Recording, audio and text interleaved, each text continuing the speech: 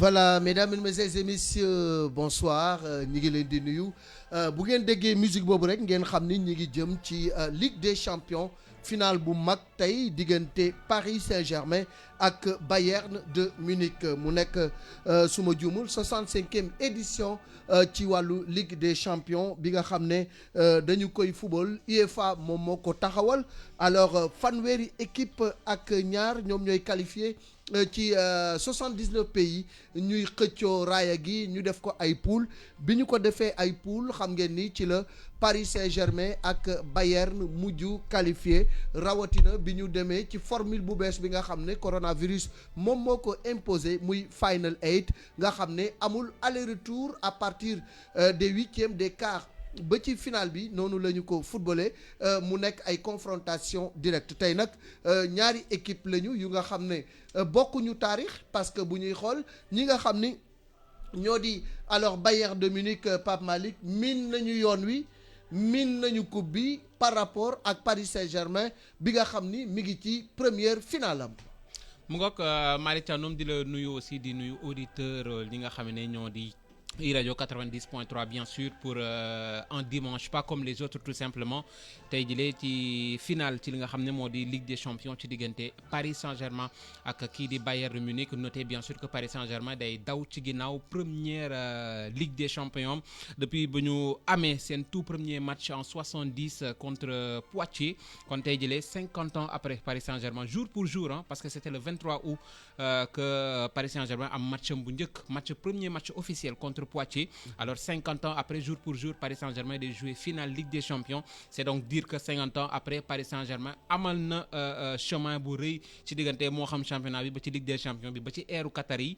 Donc tey jëlee ñuy dalal aussi comme ni nga ko waxee wala boog ñuy daje ak poids lourd ci li nga xam ne ñoo di Ligue des Champions bi di FC Bayern Munich moom mi nga xam ne aussi ci diggante 74 75 ak 76 amal na triptyque comme ni nga koy waxee bu am solo parce que ñetti année yooyu la ñu teg la jël Ligue des Champions.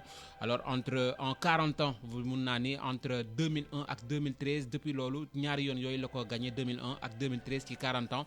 Kii di Bayern aussi géej na jël Ligue des Champions bi depuis 2013 donc mun nañ ne on aura un match vraiment époustouflant tey foofee ca Portugal. du nekk match bu yomb parce que Paris dañuy bëgg pour une première ñu def pour un coup d'essai un coup de maître waaye nag mu nekk compétition bu nga xam ne tey mun nañu wax ne kan mooy succéder Liverpool loolu la ñuy laaj parce que édition bi passé Liverpool moom moo ko jëloon ñu fàttali leen aussi ni équipe bi ëpp lu mu jël Ligue des Champions mooy le grand Real de Madrid 13 fois vainqueur de la Ligue des Champions meilleur buteur moom mooy Cristiano Ronaldo am na téeméer ak fanweer ak benn but 131 buts meilleur passeur ba léegi Cristiano Ronaldo la 40 passes décisives alors mu nekk aussi ki nga xam ni moo ëpp lu mu joué Ligue des Champions ci en tant que joueur mooy Iker Casillas nga xam ni moom joué na 181 matchs de Ligue des Champions. Alors mi ngi tuddoon Coupe des clubs champions entre 95 ba 92 après ñu daal di koy tuddee li nga xam ni moo di Ligue des Champions depuis boobu yi tamit ku ko gagné da ngay qualifier directement mais aussi di nga jouer Super Coupe d'Europe di nga jouer aussi Coupe du monde des clubs loolu mooy taarixu li nga xam ni mooy Ligue des Champions. Alors Cheikh bu ñu xoolee rek ci taarix xool ci maanaam li nga xam ne moom la ñu tuddee vitrine mooy rek bibliothèque bu ñu xoolee bibliothèque gu Paris xool bibliothèque gu Bayern xool statistique gu Paris xool statistique gu Bayern xool yi tamit li nga xam ne moom moo di taarixu ñaari équipes yi comme li nga xam ne moom la Garcia waxoon ni bu fekkee ni ay statistiques la ñuy xool bu yaboo ñu toog hôtel ba mais sur le papier les deux équipes se valent mais bu ñu xoolee histoire ñaari équipes yi Bayern moom mooy favori bu ñu xoolee aussi Bayern ci li nga xam ne moom la def depuis Ligue des Champions bi commencé invincible maanaam kenn gagné gu ko pratiquement dafa gagné matcham yëpp loolu aussi day wane ni équipe la bu nga xam ni jamono ji mi ngi marché très fort mais Paris dafa revigoré wu surtout ci Final 8 bi victoire bi nga xam ne am na ko ci Atalanta dafa am leneen lu mu def ci ñoom.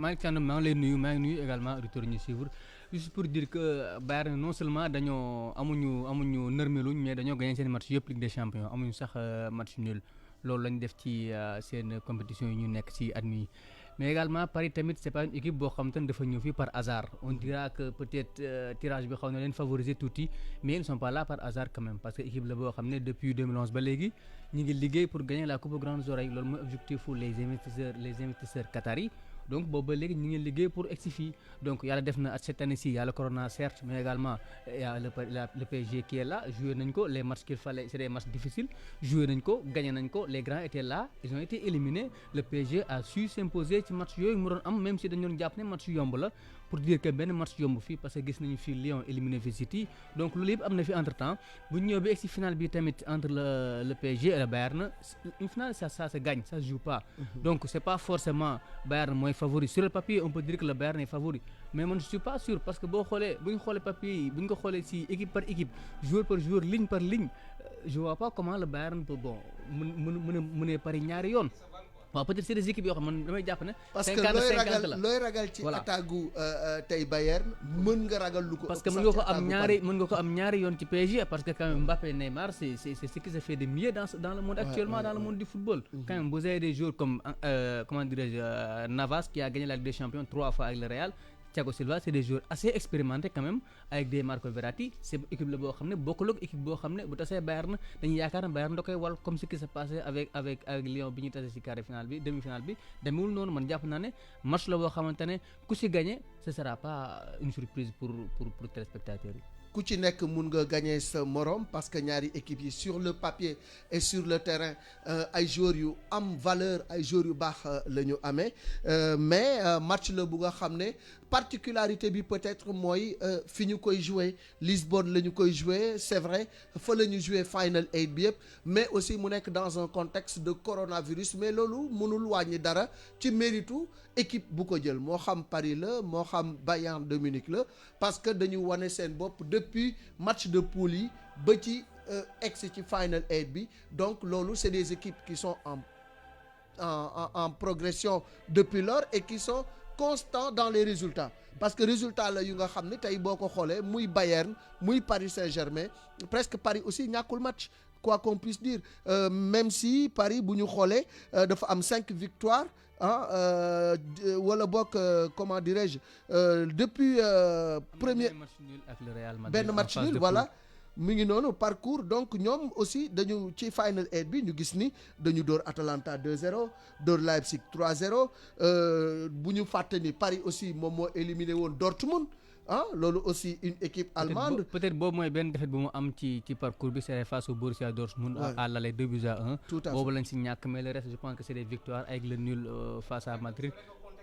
ñaari équipe ñoo ko mës a def. c'était en 93 Milan ñoom aussi invaincu bi le seul défaite bi ñu am. C'était finale contre Marseille ci la d'ailleurs Marseille amee seen étoile sur le podium européen beneen bi c'était en 2002-2003 FC Barcelone ñoom aussi invaincu en 9 rencontres ba finalu li nga xam ne moo di Ligue des Champions bi alors le Bayern actuellement c'est 10 matchs sans défaite. mais comme li Thiandoum di wax léegi rek c'est-à-dire y a des gens qui disent que Ligue des Champions bi moo gën a c'est-à-dire amul valeur comme bi yeneen compétition yi doon am dama loolu dama koy bañ depuis le début c'est-à-dire mënuñu wax ni c'est pas amul ay phase aller-retour que Ligue des Champions bi amul même valeur que Ligue des Champions yi passé non c'est pas ça man d'accord ma ci loolu noonu. est-ce que phase bi nii sax gënul compliqué metti parce que voilà xooluñu loolu est-ce que gënul metti sax parce que lii c'est comme une coupe du monde wala comme Euro wala Coupe d'Afrique c'est-à-dire boo génnee sa poule élimination directe la da ngay jouer benn match tu gagnes ou tu perds donc foofu noonu du am calcul donc foofu enjeu yi noonu da nga koy jouer la preuve Cador yi daanu voilà donc tu vois City ñëw ak Lyon mën nañoo xalaat ne bu nekkoon am na aller retour peut-être City moo na renverser Lyon loolu mën nañu ko xalaat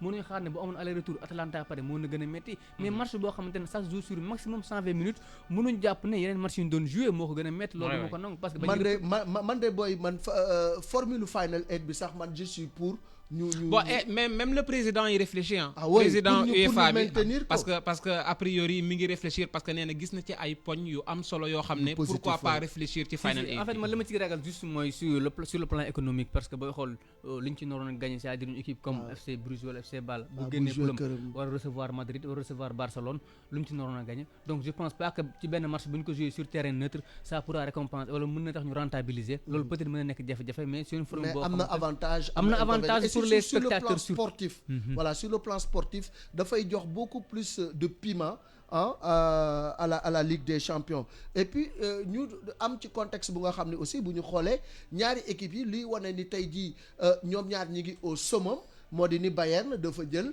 la Bundesliga nekk champion jël coupe d'Allemagne ñi nga xam ne ñooy Paris ñoom ñoo jël finale ñoom ñoo jël championnat Ligue 1 ñoom ñoo jël coupe de la Ligue ñoom ñoo jël coupe de France. Ouais. Donc mu nekk équipe yu nga xam ne tey dañu nekk des machines à gagner ñoom ñooy tase donc on aura en tout cas quoi qu'il advienne une belle finale ñi nga xam ne ñoo nekk ci Facebook bi aussi dañuy partager ak ñoom ce live ba keroog ñuy egg ci direct bi aussi alors am nañu aussi ay correspondants au niveau international pour jéem a tâter le pouls aussi bien en France en Allemagne qu'au Portugal d'abord dañuy wax aussi ni am na ay maillots yu ngeen mun a gagner bu ngeen wootee ci serveur bi pour donner kan mooy gagner ci diggante Paris ak Bayern ngeen joxe score bi parce que score bi mën na départager ñi nga xam ni trouvé nañu kan moo gagné donc Chifo dina joxe maillot bu nga xam ne yow yaay seet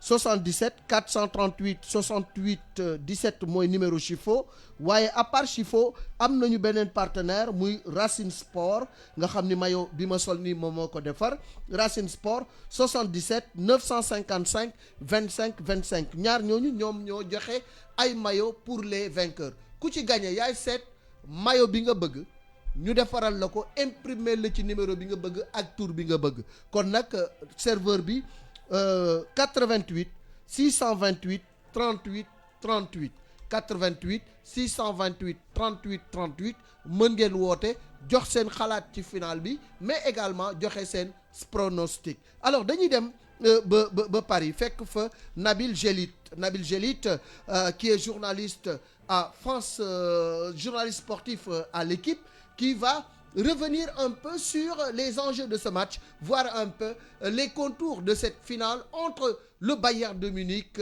5 fois vainqueur de l'édition et le Paris Saint-Germain en quête d'un premier titre et d'une première étoile. Alors, on va écouter Nabil. Nabil, bonsoir. Et puis, voilà, on va voir un peu du côté de Paris, tâter le pouls là-bas. Les clés du match, c'est le rapport de force entre ces deux équipes. C'est le milieu de terrain qui va gagner la bataille du milieu de terrain. Est-ce que le Paris Saint-Germain va réussir à sortir du contre-pressing très efficace et très incisif du Bayern? Est-ce que le Paris Saint-Germain va pouvoir s'exposer se projeter dans le dos de la défense avec ses flèches que sont Mbappé, Di Maria et à la baguette en faux neuf parfois Neymar. Donc ça va être un peu la ligne un peu de ce match entre ces deux équipes. Il faudra aussi voir l'utilisation des côtés de la part du Bayern avec la titularisation plus ou moins surprise de Coman qui va se retrouver face à Kehrer. Donc ça va être un vrai match. Le Paris Saint-Germain va être testé, mais le Paris Saint-Germain a des individualités pour faire la différence. Du côté du Bayern, c'est très costaud à toutes les lignes. Ils sont presque 11 joueurs de champ, puisque Neuer est un gardien qui participe énormément au jeu. C'est un vrai choc, c'est une vraie belle finale. Mentalement, le Paris Saint-Germain a plutôt bien abordé cet événement. Ils sont en fait coupés du reste du monde. C'est un peu comme une Coupe du Monde, donc c'est pas un format classique où après les matchs, chacun rentre chez soi, lit la presse, exposé à ses entourages. Là, ils sont dans une bulle, ils sont ensemble. Ils ont un coup à jouer, c'est un groupe, il y a eu très peu d'erreurs de communication, on a senti plutôt de la sérénité, de la joie, et il y a eu plutôt un déclic après le match de Dortmund, mais je pense plutôt que c'est après le match de l'Atalanta, parce que c'était un vrai match piège face à cette équipe italienne, où ils ont été menés presque jusqu'au bout du match, et finalement cette victoire à l'arrache leur a fait un bien fou, puisque derrière ils sont montés progressivement en puissance, notamment contre Leipzig, donc les voyants sont au vert. Et puis une des clés aussi, c'est de voir Neymar plutôt heureux, de voir la relation de Neymar avec les autres, ça donne quand même le sentiment d'une équipe qui vit bien. Concernant le Bayern et sa manière de jouer, je ne les vois pas se renier forcément, apporter peut-être quelques ajustements, faire un peu plus attention dans la profondeur, mais c'est une équipe qui va essayer d'imposer son jeu, qui va essayer de jouer, c'est une équipe qui assume son déséquilibre, qui accepte l'idée que dans son dos elle peut prendre 1 ou 2 buts, mais qui est sûre de sa force, qui est sûre d'être capable de mettre 4 buts derrière si elle en prend 2. Ensuite, est-ce qu'il y aura un plan anti-Neymar? Je ne sais pas, peut-être qu'ils accentueront un peu plus le pressing sur lui. La première relance, elle va être très importante du côté du Paris Saint-Germain. A priori, ça ne devrait pas être Verratti, mais plutôt Paredes. Ensuite, Mbappé, c'est vrai que c'est un joueur qui est exceptionnel, qui est ingérable parfois pour n'importe quel défenseur. Fatigué ou frais, il fait la différence. Donc oui, c'est vraiment une des clés du match. Moi, je vois le Bayern jouer de la même manière, mais en apportant quelques correctifs au niveau, par exemple, des compensations entre les joueurs et aussi de la manière de mieux boucher les espaces. Donc, à mon avis, oui, effectivement, ils sont prévenus que ces deux garçons sont exceptionnels. Voilà, merci beaucoup à notre confrère Nabil Gélit du journal L'Équipe. En tout cas, une analyse très pointue de ce match. La bataille du milieu sera déterminante dans ce match-là. Et puis, li nga xam ne wax na ko aussi moo di ni Paris am nañu attaque bu nga xam ne ku nekk mun am na looy ragal ci ñoom parce que mu xam Neymar moo xam Di Maria moo xam Mbappé ku ci nekk à tout moment mun nga def la différence mais de l'autre côté aussi da ngay am ay tueurs Lewandowski Müller et cetera Davis le danger Gnabry ça vient de partout donc c'est une équipe bu nga xam ne c'est une machine à gagner mais li gën a neex ci Bayern mooy le réalisme froid waaw ñoom li Lyon am raté ko dañ ko am dugal ko ku taseeg ñoom aussi alors loo raté ñoom bu ñu ko amee dañ koy dugal loolu moom mooy seen force Pape Malick donc la bataille du milieu dafay déterminante mais le réalisme devant le but te foofu Bayern amul ci dend.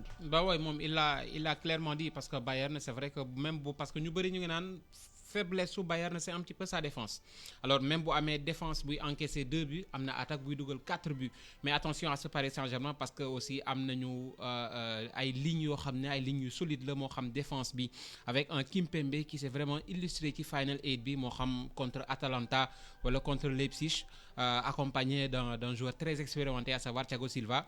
kon peeru Paris Saint-Germain c'est quand même solide milieu de terrain bi Ander Herrera moom aussi qui s'est un petit peu imposé ci milieu de terrain bi mook Paredes parce que quand même avant Final 8 bi on voyait plus un milieu de terrain entre Verratti et Gana Gueye mais ñoom ñaari joueurs yi se sont imposés ci Ligue des Champions bi la preuve ils sont titulaires apparemment ci li nga xam ne moo di finale bi et devant on aura Di Maria Mbappé et Neymar un trio vraiment magistral qui peut marquer contre n'importe quelle défense bon on disait aussi que ni faiblesse su Bayern c'était un petit peu les passes derrière la défense gis nañ ko contre Lyon Paris Saint-Germain a des flèches pour surtout focaliser wu ci faiblesse boobu mais quoi qu'on puisse dire man je dirais que le plus réaliste sera le vainqueur. Le plus réaliste sera le vainqueur Cheikh bu ñuy xool ci réalisme wala même ñu xool ci statistiques yi da nga naan Bayern quand même amul dend ci Ligue des Champions bi même si tey Paris am nañu ay arguments pour déstabiliser leen parce que booy xool Bayern c'est 10 matchs alors 42 buts inscrits 8 buts encaissés seul le Barça a fait mieux 45 buts en 16 matchs c'était en 99-2000 mais tey jii Bayern bi ñu gis nii c'est une machine à gagner c'est une équipe bu nga xam ne dañu am lu ñu tuddee confiance mais am aussi expérience su les grandes finales même si de l'autre côté Paris Saint-Germain de par le passé gagné nañ fi coupe des coupes en 95-96 contre Rapid de Vienne 1-0 96-97 Barça dóor leen 1-0 donc am nañu ne serait-ce que benn expérience bu ndaw au niveau européen ak trophée yi nga xam ne gagné nañ ko et puis une équipe qui est montée en puissance depuis le match contre l'Atalanta de Bergame donc match la bu nga xam ne Bayern c'est vrai au plan des statistiques amul dend mais attention Paris. En fait vous le dites sànq yaa ngi wax sànq ne la Bayern c'est-à-dire équipe la boo xam ne li ñu dugal dafa bëri c'est parce que le danger peut venir de partout c'est-à-dire Paris mën nga jàpp ne Neymar Mbappé Di Maria peut-être ñooy indi danger bi mais Bayern le danger peut venir de partout pardon autant nga le milieu de terrain y a Goretzka Thiago Alcantara c'est des joueurs yoo xam ne bu ñu libéré ak Müller mi nga xamante ne presque il est presque incontrôlable doo ko mën a presque canaliser si benn poste ci terrain bi loolu tamit dafa am apport bu am solo muy indi ci jeu bi Bayern di am équipe la boo xam ne défense bi taxu ko baax loolu c'est-à-dire ñoom dañuy bàyyi espace ci ginnaaw parce qu'ils font confiance à la vitesse de David Alaba et de Davis Alphonso Davies moo tax ñuy bàyyi espace yooyu ci ginnaaw te bal boo xóotee yàlla gardien qui joue le rôle de stopper mën na ko génn jëli ko loolu moo tax souvent bu ñuy jouer dañuy jël seen équipe bi aj ko ci kaw c'est-à-dire ñoom dañuy jouer sa zone la ñuy jouer moo tax bu ñuy jouer sa zone souvent dañuy bàyyi espace yu bëri espace yooyee Lyon wane woon na ko match bi ñu passé parce que am nañ ci considéré nañ ci occasion yu bëri yoo xam ne bu dul woon Neuer Lyon waroon na mën a jiitu Bayern avant Gnabry di dugal loolu gis nañ ko fa peut-être PSG ñoom bu nekkee xool nañ match bu nekkee Tuchel war na si jàng lu bëri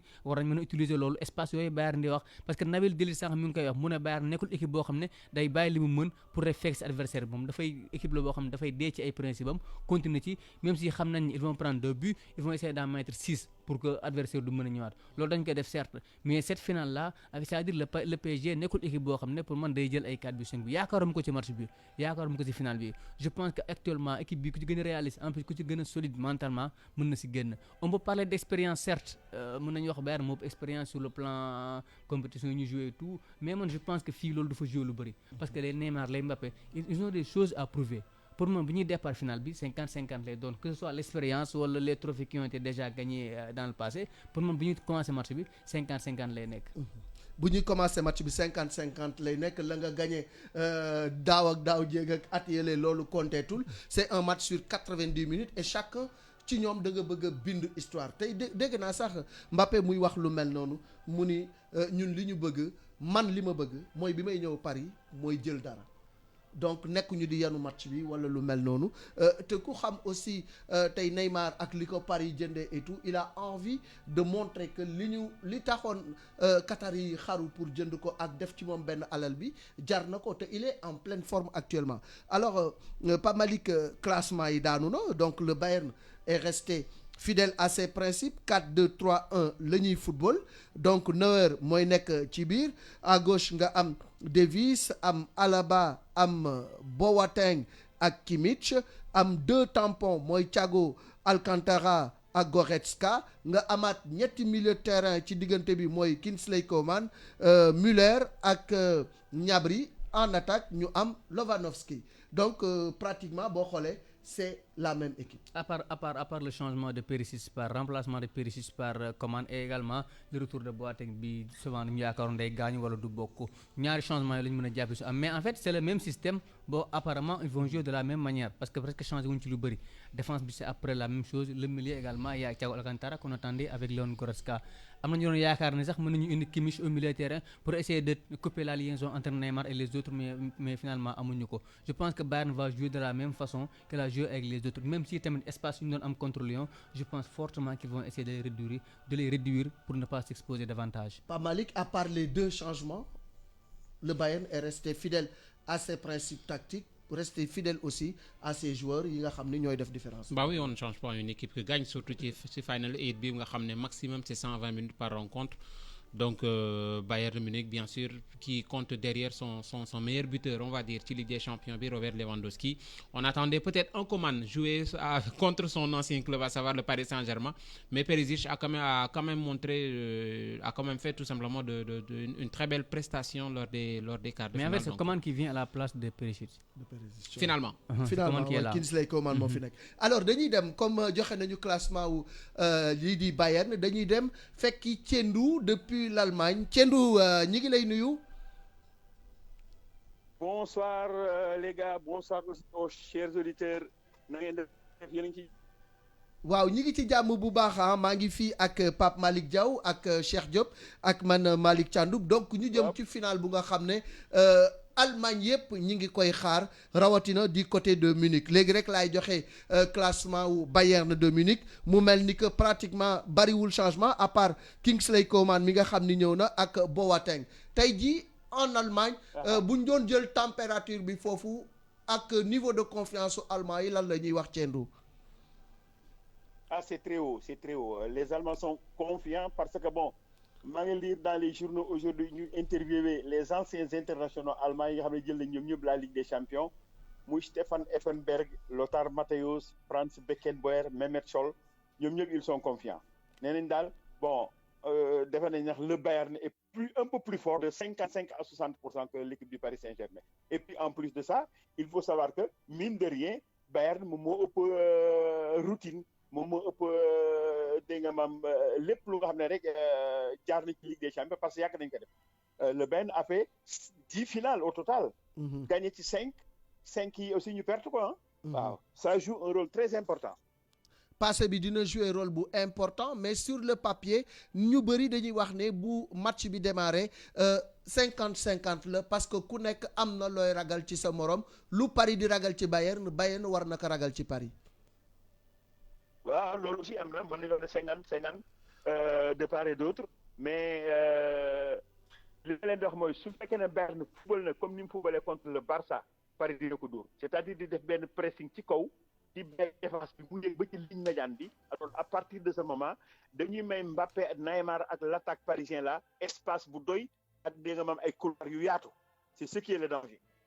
am na sax ñuy wax loolu moom mooy ne problème bi suñ ko ñuy defee wax rek dañ leen ne di dóor. am na sax ñuy xalaat ne 15 premières minutes wala 20 premières minutes yi Bayern football contre Lyon bu fekkee ni configuration boobu la am mën nañu am mbetteel parce que Lyon ak Paris bokkuñu attaque gu Paris moo gën a tranchante bu Lyon te Bayern en général dañuy entamer difficilement seen match. waaw bien que attaque bu Paris bi dinañuy rater lu bari mais bokkul ak attaque bu Lyon bi parce que contre Lyon vraiment les 15 ou bien les 20 premières minutes le Bayern a beaucoup souffert en défense. xam nga ñun suñu maillon faible moom mooy l'axe central. Bon ouais. Boateng bon il a pris de l'âge il est devenu plus lent il est devenu très lent fi mu nekk à 31 ans bon Alaba c'est pas un demi-centre de métier moom soo demee en Autriche bon numéro 8 bi lay sol c'est le capitaine de l'équipe en Autriche alors day am problème de positionnement. loolu moo taxoon soo xoolee contre Barça ñaari bii ñu encaissé yëpp 8-2 yi ci ñoom la jaar waaw benn bi Alaba position moo baaxuloon mu marqué bii contre son camp léegi de l'autre côté Suarez wañ Boateng parce que Boateng écran rek la waroon def taxaw waroon bouger sax alors mu le deuxième but barcelonais yooyu yëpp te soo xoolee aussi contre Lyon on a souffert comme ni ma ko waxee dès les premières minutes ñaari balle de poteau dégg nga maam kooku am na rectification bu ñu war a def alors effervescence bi foofu en Allemagne mi nga xam ne moom football na effervescence bi en Allemagne nit ñi nan la ñuy dundee match bi est-ce que dafa am ay écran géant wala ku nekk da nga toog sa kër di ko seetaan. waaw non am na quelques écrans géants mais bariwul comme ni mu daan baree su fekkee ne coupe d'Europe des nations la wala coupe du monde avec affaire Covid bi quoi Covid bi moom moo tax. mais soo demee au stade olympique de Munich fi ñu defee woon coupe du monde 74 ak Jeux olympiques 72 def nañ fa benn ngan di écran géant am na quelques locaux yu nga xam ne yu mag yi def nañ ko ci ay écran géant mais bariwul daal bariwul.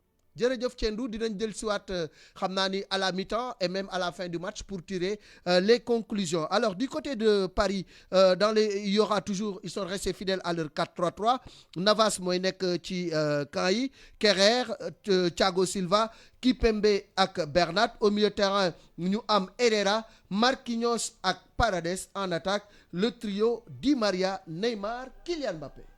y a pas de mën nañ jàpp ne mën nañ jàpp ne gis ñu fa changement parce que loolu lañ doon xaar maa ngi doon yaakaar peut-être mën nañ gis ku mel ne Verratti peut-être ci 11 bi mais moom ak Gana je pense qu'ils sont un peu juste physiquement pour démarrer match bi mais bon quoi qu'il en soit lu si mën di xew équipe bi daanaka changé wuñ seen dispositif tactique ku nekk li nga wóolu nga li nga jàpp ne moom mooy la indil satisfaction moom nga indil li Malick Diaw di wax on ne change pas une équipe qui gagne bu nekkee équipe boobu ba léegi ñu ëpp automatisme parce que bi ñu jógee confinement ba léegi mën nañu jàpp ne Ander Herrera quoi qu'on puisse dire tamit dafa commencé ñëwaat ci benn niveau bu am solo donc y a Paredes également ak Marquinhos mi ñu teg devant la défense muy permettre ñu sécuriser Thiago Silva ak Kimpembe loolu tamit c'est une bonne chose parce que day équipe la boo xam ne elle est poussée vers l'avant donc bu nekkee équipe bi day attaquer lu bëri y a Mbappé Neymar et Di Maria c'est des joueurs que ñun ñëpp xam nañu dañu défendre lu bëri donc c'est tout à fait logique nga am milieu terrain boo xam ne ak ay joueurs yoo xam ne mën nañ dem sur les côtés gratter un peu des ballons bu laajee défendre si Neymar ne défend pas pourquoi pas Paredes wala Ander Herrera dem défendre à leur place loolu da ci am solo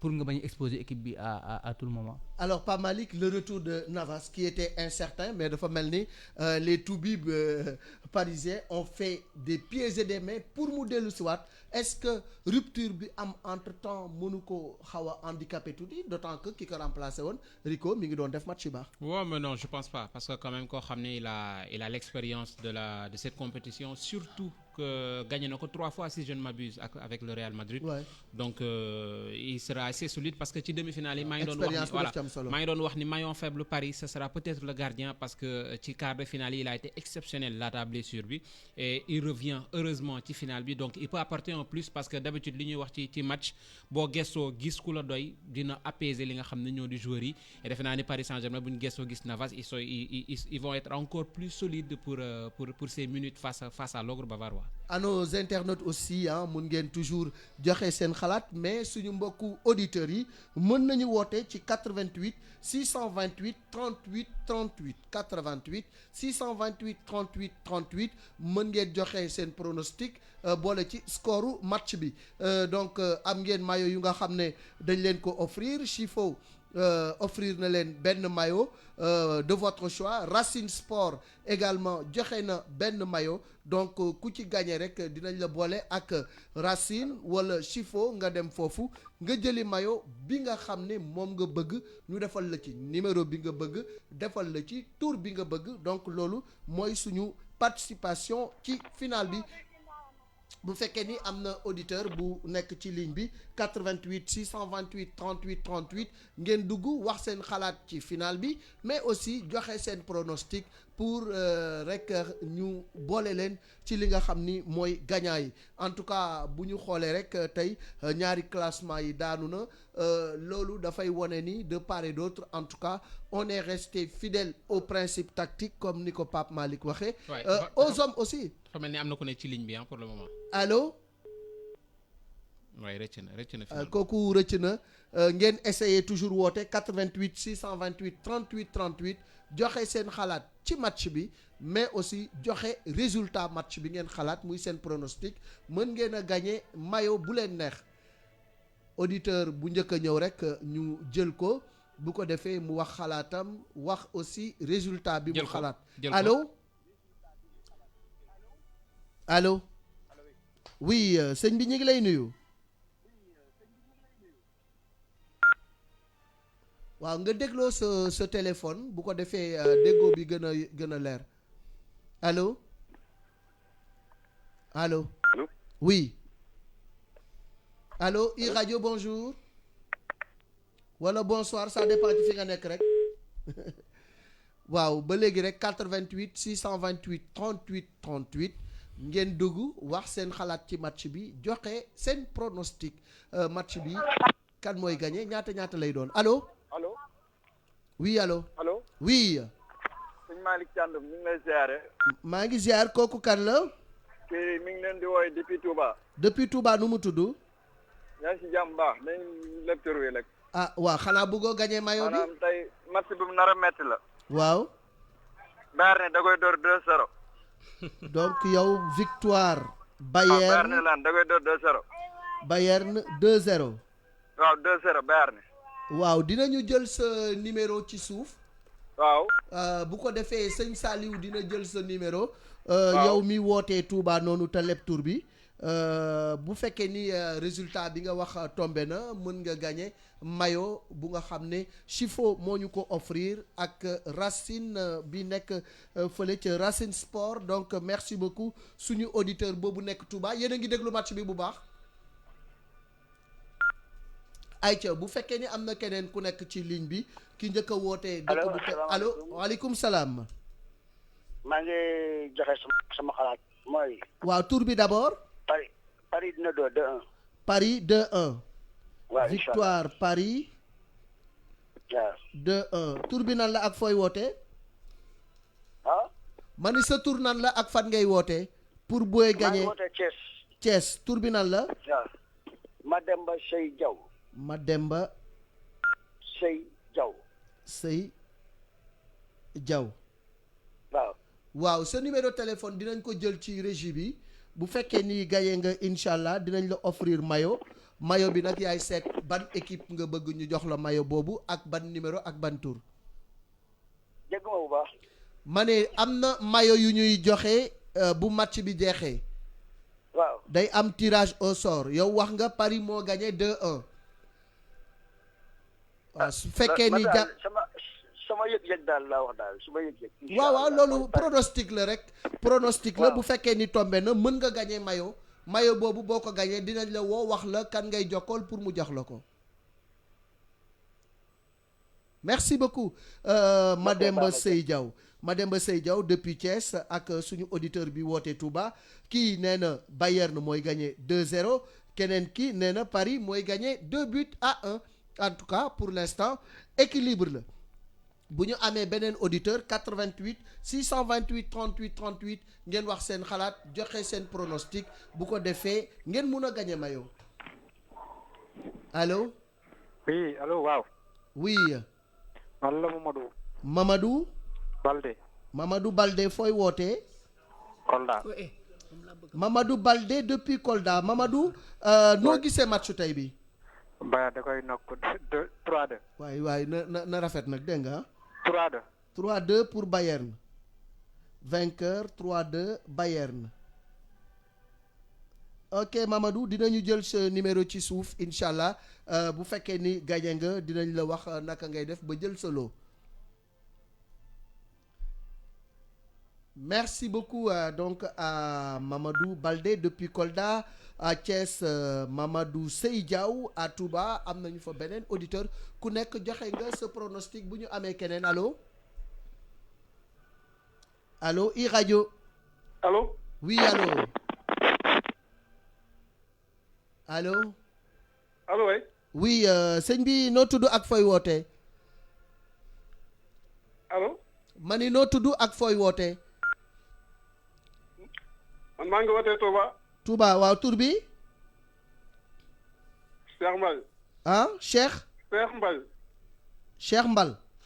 Cheikh Mbaye Cheikh Mbaye. Cheikh Mbaye waaw Cheikh Mbaye noo gisee match bi.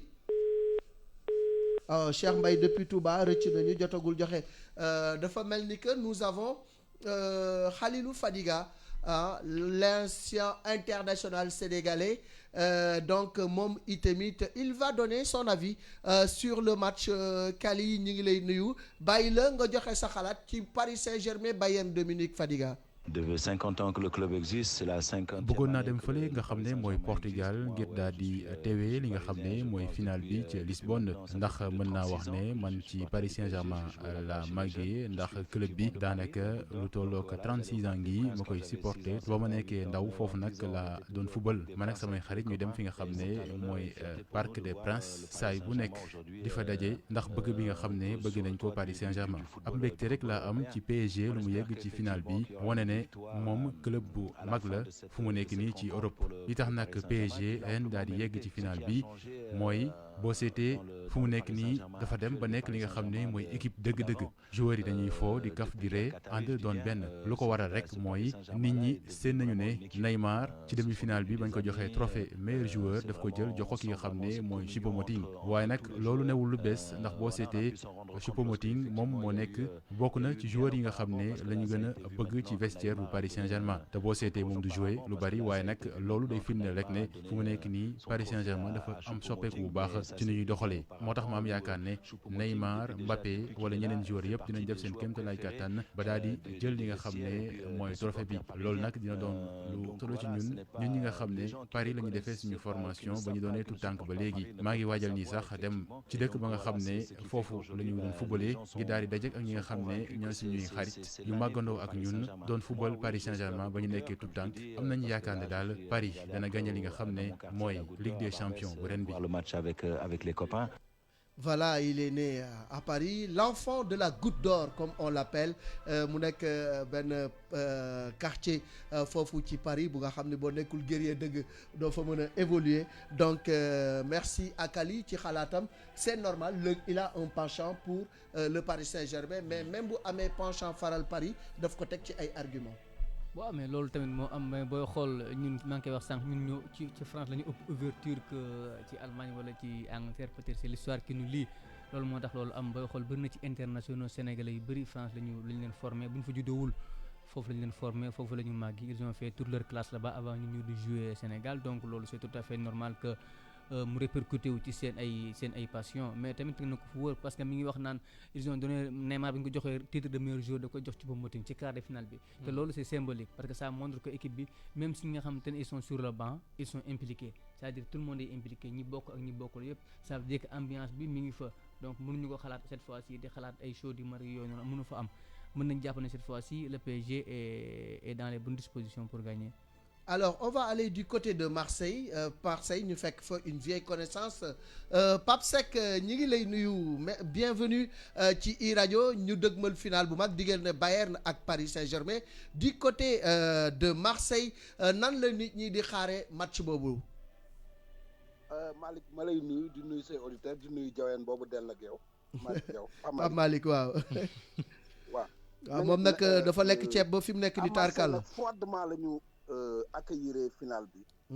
parce que xam nga rivalité ñaari équipe yi. même le préfet avait interdit le jour du match que ñu sol maillot Paris à Marseille mais après il est revenu au meilleur sentiment Il y a beaucoup de...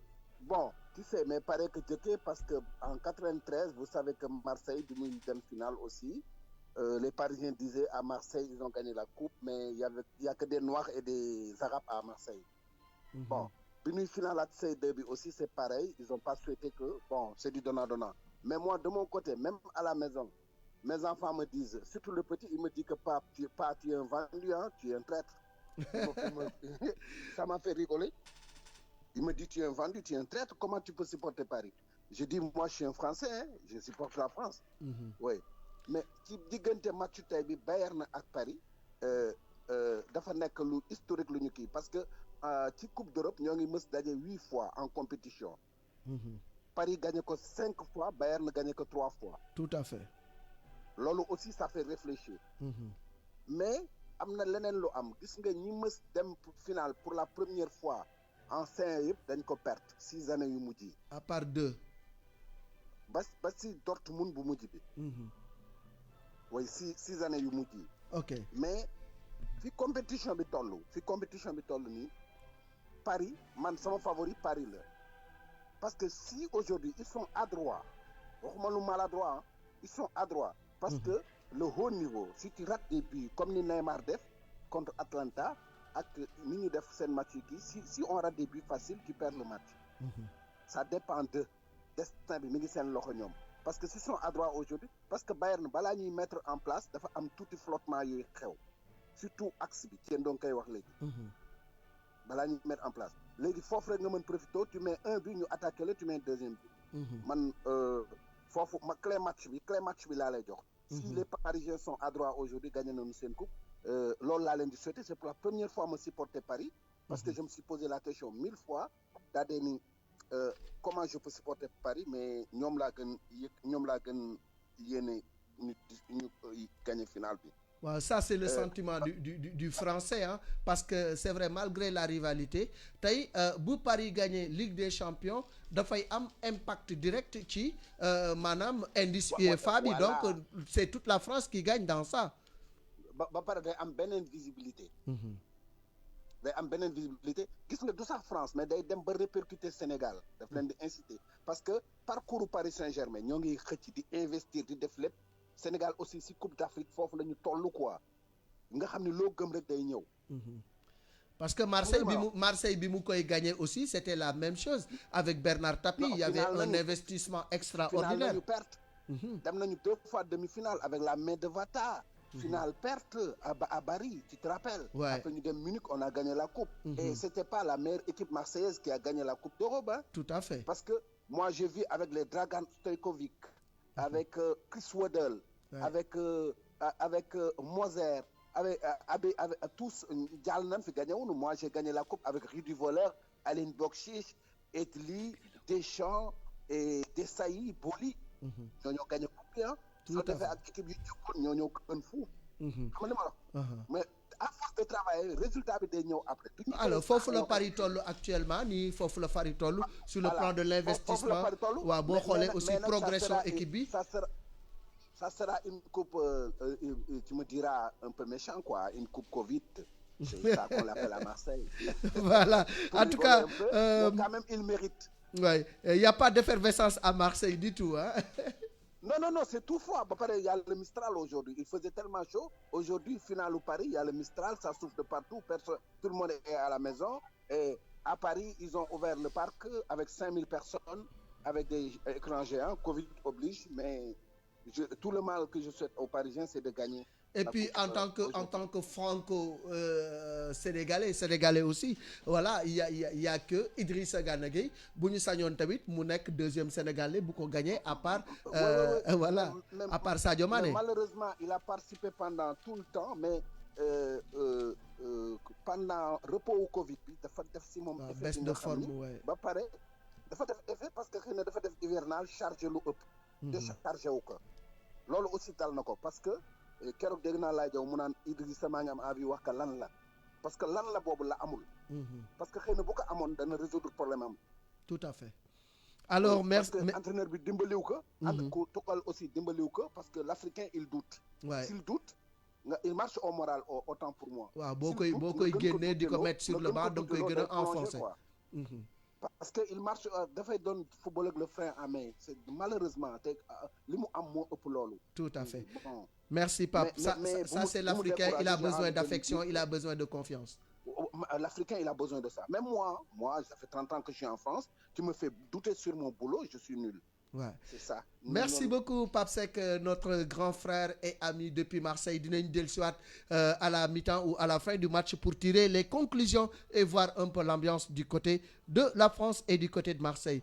Alors profondeur u banc bi war na mën a jouer parce que booy xool ci Paris am nga Marco Verratti, am nga Choupo-Moting, am nga Icardi, am nga Sarabia, am nga Kurzawa yooyu yëpp Draxler mi ngi ci banc bi, Becker mi ngi ci banc bi, Idrissa Gana Gueye mi ngi ci banc bi, Dagba ak Boulka yooyu yëpp ay atu la boo xoolee aussi par rapport ak banc wu peut-être ñi nga xam ne ñoo di Bayern profondeur u banc wu Paris dafa mel ni moo xaw a gën a diis parce que fële yaa ngi am Orio Zola, yaa ngi am Schüller qui est bon, yaa ngi am Benjamin Pavard, am Martinez, il y a Coutinho sur le banc, attention, il y a Coutinho, il y a également Cuisance, il y a Perisic qui également peut à tout moment entrer dans le match, Lucas, Tolisso également, am nañu yeneen joueur Hoffman aussi mi ngi ci banc bi ak Zigzer, donc ça veut dire que du côté du banc la solution mën na kii comme ni Choupo-Moting ñëwee woon contre Atlanta renverser vapeur bi. mais pourquoi pas tamit parce que tamit match bi ñu ngi jàpp ne ñu bëri ñu ngi jàpp ne peut-être mën nañu am de plus de but ci 90 minutes yi mais mën na tamit tirer ba prolongation pourquoi pas parce que tamit c'est une finale boo xam ne kenn ku bëgg a ñàkk si ñaari équipe yi mais banc bi pare am na banc bu baax mais Bayern tamit seen banc bonul parce que yaa ngi wax sànq vous avez Coutinho sur le banc qui a coûté des millions d'euros au FC Barcelone bu nekk sur le banc vous avez Perisic mi nga xamante ne moo doon départ cette fois-ci on l'a mis sur le banc même si au PSG on a des joueurs comme bon peut-être côté attaque bi la ñuy xaw a xalaat tuuti parce que y a que Icardi qui est là ak peut-être Choupo-Moting mi leen sori woon Icardi doon nañu xalaat sax peut-être mu démarrer parce que Icardi il a cette faculté de fixer la défense. Voilà loolu booy xool maa ngi koy wax souvent sama copain yi supporte Barcelone loolu mooy souvent avantage de Lewandowski c'est-à-dire mi ngi naan dugalul mais en fait c'est lui qui en fait défenseur yëpp si moom la ñuy ñëw.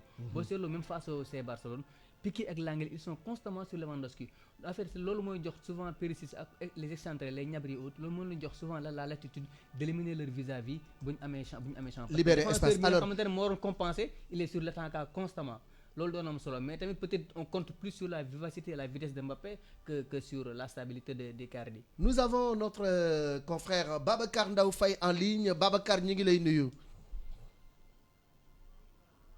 Allô Babacar.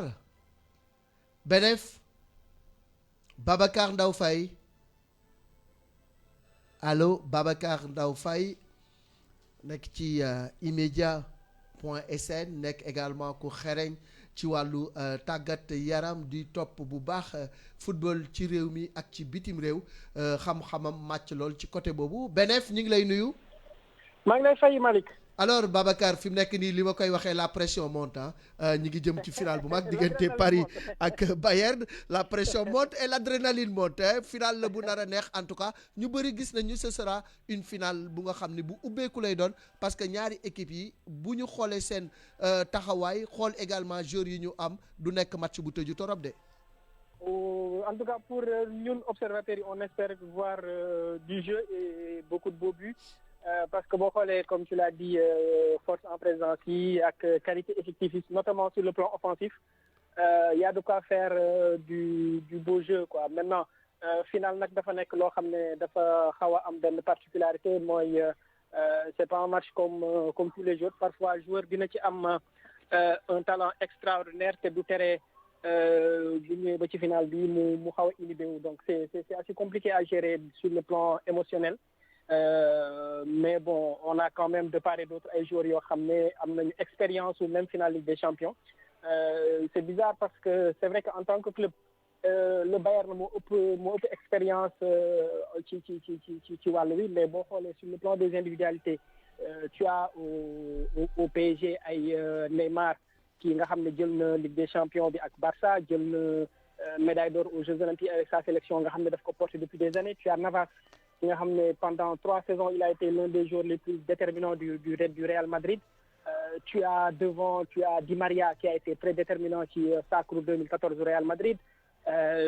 Ça fait que mine de rien le PSG am na même bu fekkee en tant qu'équipe en tant que club amagul une certaine expérience du très très très haut niveau à ce niveau li may wax mooy finale Ligue des Champions bi mais en termes d'individualité am na quand même ay joueurs yoo xam ne en termes de vécu li ñu am ils peuvent répondre présent face à n'importe qui parce que boo xoolee Bayern malgré tout quand tu sors Neuer peut-être ak Boateng tu as presque une équipe très jeune en termes de consécration parce que c'est le dernier sacre bi en Ligue des Champions je crois que c'était en 2013 ñoom Lewandowski yooyu yëpp nekk guñ fa woon donc sur le plan vécu ak gestion des émotions ak affaire yooyu on peut être surpris par maturité wu parisien parce que quelqu'un comme Di Maria par exemple c'est quelqu'un boo xam ne il sait répondre présent dans ces grands rendez-vous et grand joueur comme on le dit ci grand rendez-vous lañ koy xaar et Paris contrairement à tout ce qu'on peut dire am na ay joueurs grand rendez-vous en réalité. Donc match la bu nga xam ne en général on dit que ça va se jouer sur des détails ndax yaakaar nga mu nekk une finale prolifique comme li ñu gis ci quart de finale yi ak demi-finale yi. Bon mooy doon li may gënal de parce que booy seetaan te supporter enfin te nekkul say équipe tu as surtout envie de voir beaucoup de beaux buts beaucoup de jeux.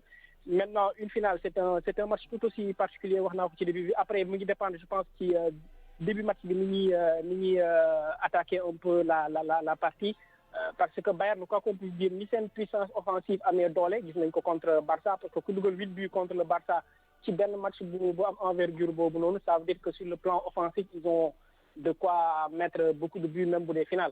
Maintenant le problème c'est que en face le PSG c'est aujourd'hui un autre niveau sur le plan offensif sur le plan animation offensive sur le plan organisation et puis sur le plan de la vitesse ci wàllu flèche yi mu am ci kanam diggante Di Maria Mbappé ak Neymar je pense que dañoo régler sax benn Tuchel dafa régler benn problème tactique boo xam ne bi mu dindee Icardi pour placer fa Neymar parce que Neymar c'est un joueur boo xam ne difficile à cerner parce que du toog benn place am na qualité technique bi am na vitesse et quand tu as ces trois joueurs là ñu war a profiter ci largesse yi espace yi nga xam ne moom la attaque défense u Bayern bi di bàyyi parce que Bayern c'est une équipe boo xam ne bu lay song da lay presser et da lay presser pratiquement ak 8 joueurs parce que tu as les trois éléments offensifs tu as les deux milieux de terrain mais tu as également les deux latéraux yoo xam ne ils montent assez haut donc li muy bàyyi ci ginnaaw dafay bëri trop ci espace et espace yooyu ça peut s'avérer très dangereux quand tu as Neymar boo xam Mbappé sax avant ngay wax Neymar en termes de vitesse pure je vois pas un seul joueur qui peut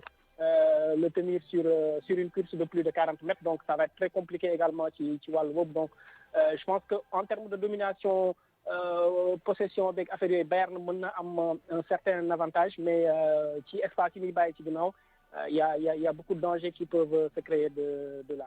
Merci Babacar Ndao Faye dinañ ko jëlaat inchallah à la mi-temps ou à la fin du match pour tirer les conclusions. Mamadou Ba depuis le Portugal on est à 6 minutes justement ñu dem ba Lisbonne Mamadou ñu waxtaan ak moom via WhatsApp ci li nga xam ni moom moo di finale bi foofu au niveau du Portugal naka la ko nit ñi di dundee nan lañ koy xaaree.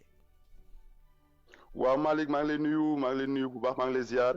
Bon final bi moom ñu ngi koy dundee bon avec beaucoup d'émotion bon final bu neex la ñëpp ngi koy xaar bon devant leur écran bon voilà de toute façon final bi moom parisiens yi xam naa ni sont un peu excités mais final bi du yomb parce que Bayern am nañu expérience su xam nga jouer ay final yu bëri et puis meilleure attaque la contre meilleure défense final bi dina nekk jeu final bu ouvert xam nga bon ça va final bu gaaw lay nekk match bu gaaw action yi gaaw bon le meilleur va gagner c'est sûr et certain.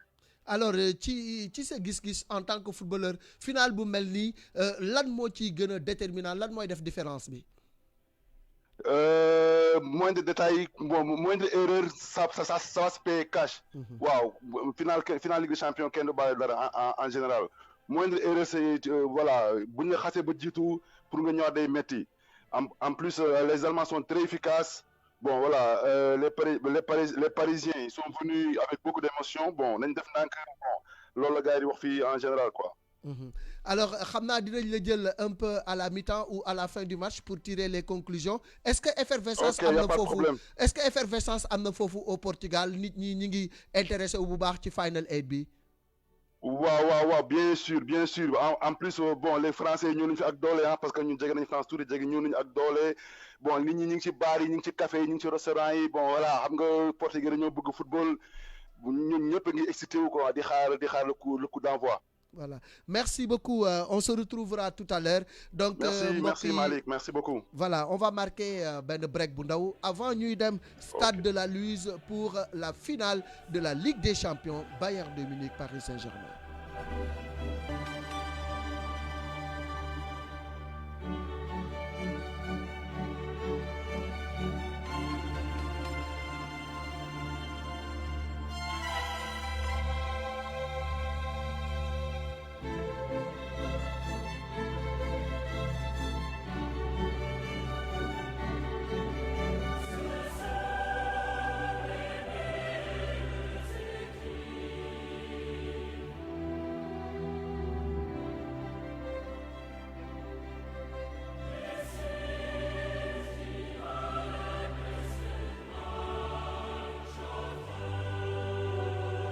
Attendu est arrivé direction stade de la Luz. Eh bien le stade de la lumière et la lumière va jaillir du côté du Portugal pour cette finale entre le Paris Saint-Germain et l'équipe du Bayern de Munich. Le Bayern 10 fois finaliste de la Ligue des Champions, 5 fois vainqueur face au Paris Saint-Germain qui en est à sa première finale de Ligue des Champions. Une finale qui promet Pape Malick finale bu neex lañ nar a am.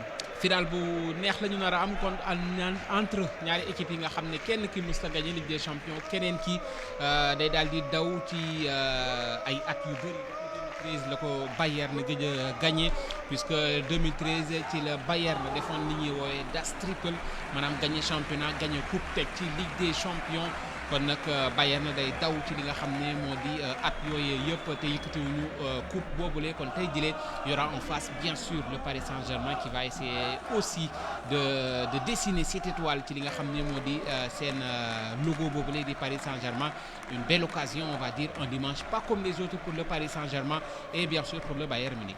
Oui, un dimanche pas comme les autres pour les deux équipes. On le rappelle donc pour le parcours du Bayern de Munich. Le Bayern, vous le savez, a quand même un parcours assez important quand on sort le Barcelone, quand on sort l'Olympique Lyonnais. Alors on a de quoi inquiéter tout le monde et puis quand on marque 45 buts en 16 matchs, ça veut dire que c'est une machine à gagner, une machine à marquer. Face à eux, le Paris Saint-Germain qui a sorti Dortmund, comme on le rappelle, avant de participer à ce Final 8. Ils ont battu l'Atlanta 2-1 et Leipzig 3-0.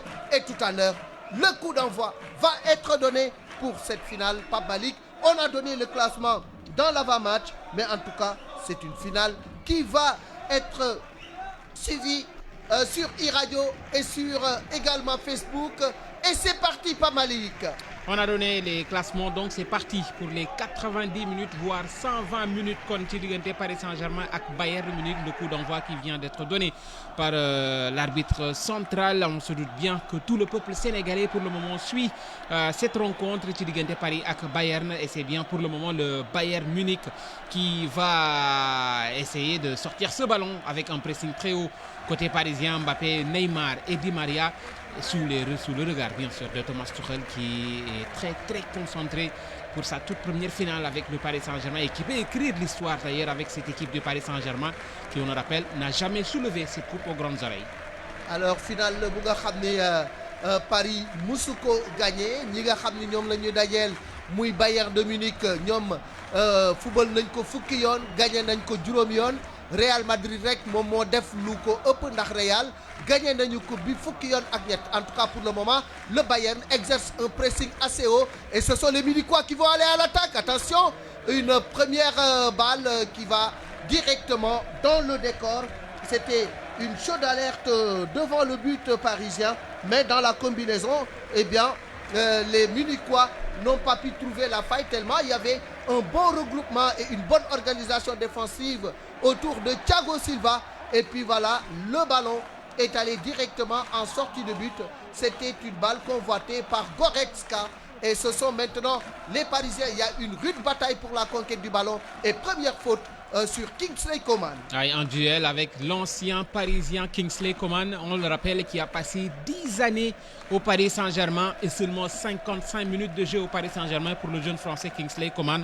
Et il a donc quitté cette équipe du Paris depuis 6 ans. Et depuis, il est bien sûr, il est passé à la Juve, mais il est dans cette équipe du Bayern de Munich. Et il court aussi derrière cette coupe aux grandes oreilles.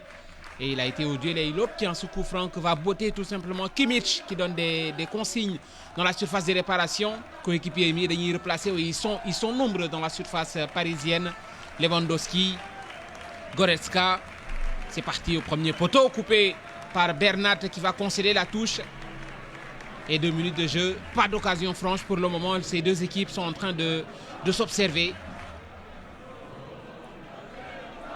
Joshua Kimmich, le voilà, qui occupe bataille li nga xamné modi couloir droitam fofé, puisqu'on le connaît aussi en tant que milieu de terrain, le jeune allemand.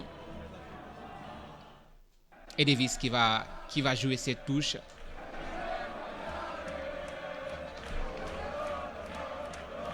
Les Bavarois toujours dans la moitié de terrain du côté du Paris Saint-Germain. Alaba déjoué pour Jérôme Boateng qui retourne sur Alaba.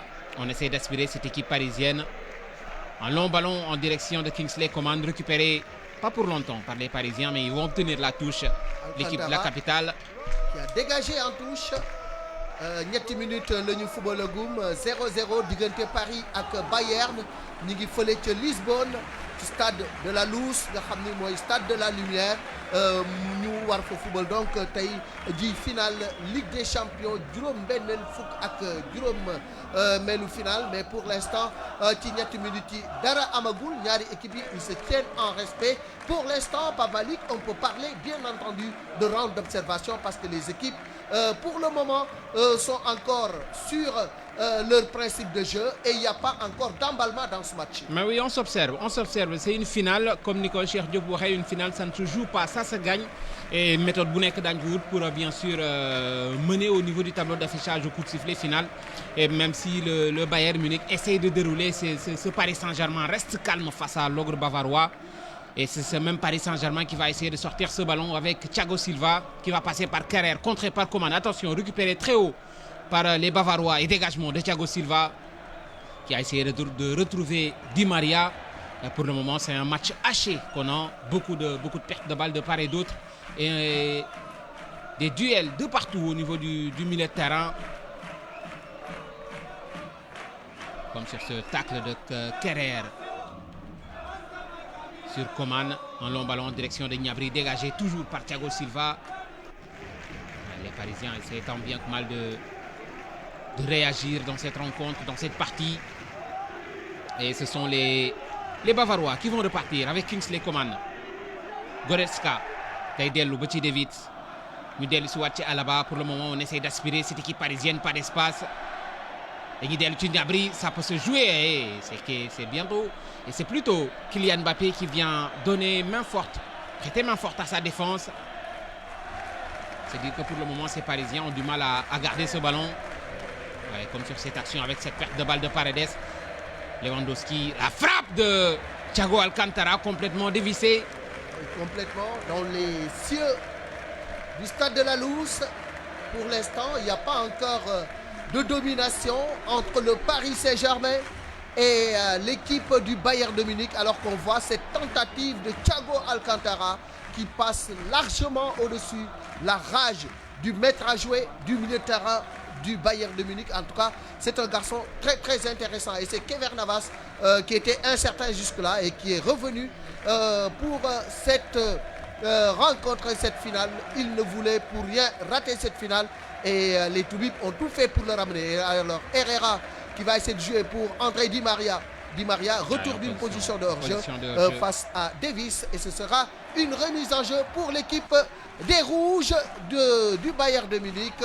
Juróom benn minute Bayern 0, Paris Saint-Germain 0. Et l'arbitre qui est en train de parler à André Di Maria ici. C'est moi le maître, c'est moi qui décide. Taisez-vous et jouez. Durant 20 minutes et surtout pour le moment 6 minutes de jeu, on n'arrive pas encore à retrouver ce trio Kylian Mbappé, Neymar et Di Maria qui a été tout de suite signalé en position de hors-jeu. Ce milieu de terrain a du mal à retrouver ce trio qui pourrait tellement faire mal à cette défense bavaroise. Mais pour le moment, beaucoup d'impact physique pour l'instant. Le jeu n'est pas encore très posé de part et d'autre. Donc, Nyari équipe Ningi Natante, il se jose une bonne balle dans la défense parisienne. Attention, ce sont les Allemands qui vont attaquer avec Goretzka qui remet le cuir et on va essayer toujours de combiner à toi, à moi, c'est bien joué. C'est dédoublement pour Kimmich qui va s'appliquer, il revient sur son pied gauche. Il ne passera pas. Bien défendu par Bernat, qui obtient d'ailleurs la touche. Ouais, Bernat qui est resté bien sur ses appuis pour imposer au duel physique justement. Et ce sera une remise en jeu pour le Paris Saint-Germain. 7 minutes, 0-0 et on est dans la moitié du terrain de l'équipe parisienne. Il faut monter ce ballon avec justement Mbappé. Mbappé aux prises avec 1, 2, 3, 4 joueurs bavarois. Il perd le ballon et ce sont les Allemands qui vont revenir en arrière jusqu'à Boateng. On passe par le milieu de terrain, Thiago Alcantara qui va déplacer le jeu sur la droite. On revient encore jusqu'au gardien de but Neuer. Neuer qui va essayer d'alerter qui il va passer au milieu de terrain avec Thiago Alcantara. Le pressing, ça a payé le pressing, la récupération de Kylian Mbappé. Ça va aller vite maintenant sur cette action. Kylian Mbappé, il va obtenir un coup franc, le français. Enfin, un pressing qui paye avec cette perte de balle entre Thiago Alcantara et Goretzka. Il aurait pu en profiter le français, mais il a tout de suite été stoppé. Et intelligemment d'ailleurs par Thiago Alcantara. Puisque le français... Il ne faut pas lui laisser d'espace, ils l'ont compris. Vous avez vu ce marquage à 2 sur justement Kylian Mbappé qui est très rapide. Il a eu raison Thiago Alcantara de le stopper tout de suite puisque le français quand il démarre c'est assez compliqué de le retenir et quoi qu'il en soit ce sera donc un coup franc très bien placé. Emmanuel Neuer qui est en train de placer le mur composé de Gnabry et de Coman. Il y a justement Neymar devant ce ballon. Il y a aussi de la présence côté parisien Kimpembe qui est monté, c'est parti au second poteau et c'est coupé par Davis, c'est pas terminé. Herrera qui va laisser ce ballon mourir en touche. C'était dangereux ce ballon au deuxième poteau, mais voilà, Davis n'a pas pris de risque, il a enlevé ce ballon pour justement enrayer le danger en même temps et c'est Kerrer qui va jouer cette remise en jeu. Kerrer qui va jouer pour justement Neymar, passement de jambes. On va retrouver Kerrer en position d'ailier. Le centre dégagé et ce sera un corner pour le Paris Saint-Germain. C'était encore bien joué de la part des Parisiens qui insistent sur les côtés. Tantôt Kylian Mbappé, à gauche Kylian Mbappé, à droite il y a Kerrer qui est omniprésent et qui a adressé un centre puissant dans la surface de réparation, coupé au dernier moment par Boateng. Et oui, Kerrer a mis le pied au moment où justement c'est plutôt Davis qui a mis le pied au moment où Kerrer voulait centrer et il s'est senti un peu mal mais c'est vite rétabli. Attention, le centre de Neymar dans la surface de réparation. C'était Thiago Silva qui rodait derrière. Thiago Silva rodait derrière ce centre mais heureusement qu'Alaba était là pour couper cette trajectoire. Et la physionomie de cette rencontre qui bascule maintenant, ce sont les Parisiens qui tiennent ce ballon. Kylian Mbappé. 10e minute déjà, Mbappé. Kylian Mbappé il y a 1, 2, 3, 4 joueurs autour de lui. Il revient et s'appuie justement sur Paredes. On est revenu en arrière jusqu'à Kimpembe. Attention, le pressing Marquinhos. Pareillement, on essaie d'aspirer aussi cette équipe bavaroise qui refuse de sortir et un long ballon dévié en touche par Davis. On cherchait bien sûr le pied gauche de Di Maria et c'est Davis qui va concéder cette touche. Thiago Silva, le réalisateur qui s'attarde sur le capitaine parisien qui joue sans doute son tout dernier match avec le Paris Saint-Germain. Il voudrait soulever justement la coupe aux grandes oreilles. Kerrer, ballon perdu, récupéré par Davis qui va être obligé de jouer jusqu'à son gardien de but Neuer. Dégagement de Neuer, très long dégagement sur la tête de Thiago Silva en touche. On a essayé de retrouver la vitesse de Kingsley Coman sous les yeux de Hans Flick, l'entraîneur bavarois qui n'a passé que 9 mois, figurez-vous, sur le banc munichois. Et quel travail! Et 9 mois et une finale de Ligue des Champions. Il faut le faire. C'est dire que cet homme a beaucoup bossé avec cette équipe quand on sait qu'il n'y a pratiquement pas eu de recrues côté bavarois.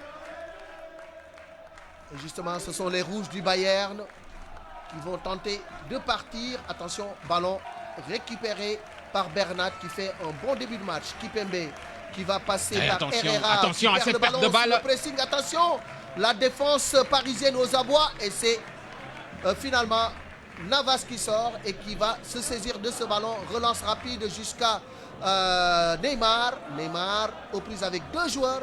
Pris en sandwich et il perd le ballon. Attention Herrera, les pertes de balles, ça se paye cash dans le haut niveau et surtout devant sa défense. Mais heureusement que Kimpembe et Thiago Silva veillent encore au grain. Et ce sont encore ces Bavarois qui vont repartir. Coman qui va s'appuyer sur Davies et on retourne vers la défense pour encore aspirer cette équipe parisienne. Seul Neymar pour le moment exerce un pressing. Jérôme Boateng, un long ballon. Et ils ne se sont pas compris, ces Bavarois. Complètement dans le décor. Début de match un peu tatillon de la part des Bavarois. Le Paris Saint-Germain est bien en place et gêne considérablement cette équipe du Bayern de Munich. Mais attention au réalisme froid des Munichois. 12 minutes. Ndam demagul, ndam dikagul. Diggante Bayern ak Paris Saint-Germain. mu nekk final Ligue des Champions Bayern jël na ko juróomi yoon def na fukki final ñi nga xam ne ñoo di Paris bi mooy seen final bu njëkk tombé également ni ko Pape Malick doon rappelé ak anniversaire u seen premier match officiel ci date bu mel ni lañ ko fubaloon contre Poitiers. boobaak léegi juróom fukki at la attention belle ouverture sur justement Kylian Mbappé. La talonnade pour Bernat. Dans le dos de Bernat malheureusement, mais Kylian Mbappé avec son plat du pied. Malheureusement, cette passe en profondeur en direction de Bernat, c'était dans le dos de l'arrière gauche, mais ce ballon qui était revenu encore dans la surface de réparation et ce plat du pied de Kylian Mbappé, contré au dernier moment. Ouais, ce garçon qui s'est déjà illustré en Coupe du Monde et maintenant il veut soulever cette coupe aux grandes oreilles. Pour l'instant, il n'y a pas d'espace dans la défense bavaroise. Le bloc équipe est assez compact parce qu'ils savent que s'il y a de l'espace, alors avec une flèche comme Mbappé, il peut y avoir danger. C'est pourquoi les Bavarois sont en train de boucher les couloirs extérieurs pour leur empêcher justement de monter ce ballon. Mais également les Parisiens mettent un pressing assez haut comme sur ce ballon. Et c'est donc Marquinhos qui met la tête pour dégager en touche. Mais auparavant, l'arbitre semble avoir sifflé. 14e minute, déjà ça va vite. 14e minute et pour le moment, Mounougougne Warkan m'a dominé. Il n'y a pas encore d'occasion franche, on le rappelle. Seulement des positions. Attention à cette passe en profondeur pour Kylian Mbappé dans la surface de réparation, le plat du pied. Et c'est encore Kimmich qui s'interpose avec cette frappe du Français Kylian Mbappé. Ouais, pas d'occasion franche, mais quand même, il y a ces Parisiens qui se rapprochent de plus en plus. Et le long dégagement de Thiago Silva qui va aller directement dans la surface de réparation. On revoit le plat du pied et puis une balle contrée au grand désarroi de cet homme. Il y a 2 entraîneurs allemands sur le banc. Et ballon pour le Bayern. Attention, le pressing qui va être payant, non. Et c'est Goretzka qui va jouer en arrière jusqu'à Boateng qui va monter ce ballon. Il s'appuie sur Davies. On dépasse la médiane. Davies aux prises avec André Di Maria qui est venu défendre. Le ballon récupéré par Kingsley Coman. Attention, Thiago Silva qui jaillit. Kerrer qui va pousser ce ballon dans les pieds de Kever Navas qui va dégager. Ouais, intelligent Kerrer. On n'a pas de joueurs devant. Eh bien, on s'appuie tout simplement sur Keller Navas. Mais ces Parisiens rendent encore ce ballon aux Bavarois qui vont essayer tant bien que mal de se retrouver. Puisque pour le moment, ces Parisiens sont très bien placés. Et donc 15 minutes de jeu. Toujours 0 but partout entre ces deux formations. Et c'est Davies qui va encore s'illustrer sur son couloir gauche. La passe pour Kingsley Coman qui va encore s'appuyer sur Davies. Mais cette passe en profondeur trop appuyé. Ouais, ça a trop appuyé pour l'arrière gauche bavarois. Comme d'hab, hein, les Munichois entrent difficilement dans le match, mais à la moindre occasion, ils mettent le but. C'est cela leur fort. Attention, les Parisiens qui vont obtenir un coup franc du fait de cette charge irrégulière de Goretzka sur justement Bernat. On avait un petit peu lu la physionomie de cette rencontre, puisqu'on s'attendait un petit peu à un match compliqué de part et d'autre. Même si Kerrer va essayer de s'échapper encore sur ce couloir droit. Bien lancé par André Di Maria. Kerrer qui est stoppé par Thiago Alcantara. Ouais. Comme on avait annoncé, on va dire, en tout début de partie, le plus réaliste va s'imposer, puisque pour le moment, 15 minutes de jeu, pas d'occasion franche. On se doute bien que celui qui prendra l'avantage au tableau d'affichage aura beaucoup plus de chances de soulever cette coupe. Tout à fait, attention, une balle qui va directement aller dans les bras de Neuer. C'est mal joué. Neuer qui relance immédiatement jusqu'à Alaba, qui s'appuie sur la plaque tournante. Thiago Alcantara qui va alerter au milieu du terrain. Gnabry, c'est Gnabry qui va perdre ce ballon et on va solliciter encore Kylian Mbappé. La passe en profondeur pour Neymar et la parade encore de Neuer, la double parade de Neuer face à Neymar. Il avait vu cette occasion et ce trou entre Neymar, on va dire les cages de Manuel Neuer, mais le Brésilien rate son face à face avec ce tacle d'Alaba et la frappe du pied gauche de Neymar. La double parade de Manuel Neuer face au Brésilien. Et ce sera un corner à suivre. Ouais, un corner à suivre. On a vu tout à l'heure vraiment cette occasion de Neymar. N'eût été le retour de Alaba. Peut-être qu'il allait trouver le chemin défilé. Mais Alaba l'a gêné. Et puis derrière, il y avait Neuer et ses tentacules pour enrayer ce danger. Et c'est un corner. Di Maria dans la surface de réparation. Marquinhos est monté, mais il ne pourra pas mettre la tête. Une tête parisienne. Ballon que va récupérer Neymar. Bien joué jusqu'à André Di Maria. Di Maria qui va s'engouffrer, qui va peut-être perdre ce ballon. Le retour de Lewandowski pour défendre et aider sa défense. C'est tout le symbole justement de cette phase offensive des Parisiens. Et Neymar qui réclame une faute. Mais l'arbitre estime qu'il n'y avait rien. En tout cas, match le bu nga xam ni pour le moment dara xewagul mais match bu am animation la. ci wàllu tactique ñaari équipe yi dañu taxaw kenn ku nekk jàngat nga sa morom xam nga lan mooy forum nga xañ ko moo tax match ouvert bi ñu doon xaar amagul parce que espace amagul pour que joueurs yi mën a exprimer. Match ouvert pour moi, il faut que but am. Et pour le moment ñu ngi doon jooy première occasion franche, mais on l'a eu avec le Brésilien Neymar avec cette récupération, on le rappelle, au niveau du milieu de terrain et tout de suite cette passe en profondeur pour Kylian Mbappé qui retrouve facilement Neymar dans la surface de réparation, mais encore le mur bavarois, à savoir Manuel Neuer. Attention, c'est Bavarois. Cette passe en profondeur pour Kimmich. Il ne pourra pas rattraper ce ballon. Ça va directement en sortie de but. 19 minutes de jeu. 0-0 entre Bayern et Paris Saint-Germain. Finale de la Ligue des Champions. Un match qui commence à être plaisant. On revoit cette action et cette frappe du pied gauche repoussée par Manuel Neuer. Ça a failli passer entre les jambes de Neuer. Kerrer pour la récupération. Qui sauve la Maison Rouge. Oh, une longue balle qui va aller directement en touche.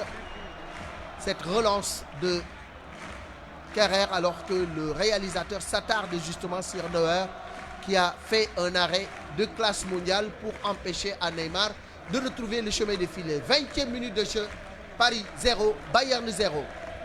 ñaar fukki minute football nañu ko waa Bayern ñooy song centre bi Thiago Silva dégagé na ko récupéré par les Parisiens. Bernat ma ngay yéegal bal bi benn ñaar perte na ko jëlaat nañu ko xeex bi ci milieu terrain bi bëri na et ce sera un coup franc.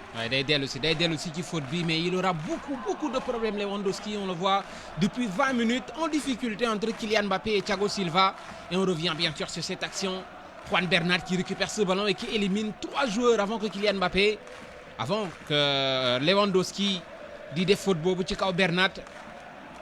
Il s'en est fallu de peu sur cette action de Mbappé, la passe lumineuse justement de Neymar qui a permis à Mbappé d'être dans le chemin du but, mais heureusement qu'il y avait Neuer, sinon da ko doon yàlli da ko naroon a yàlli.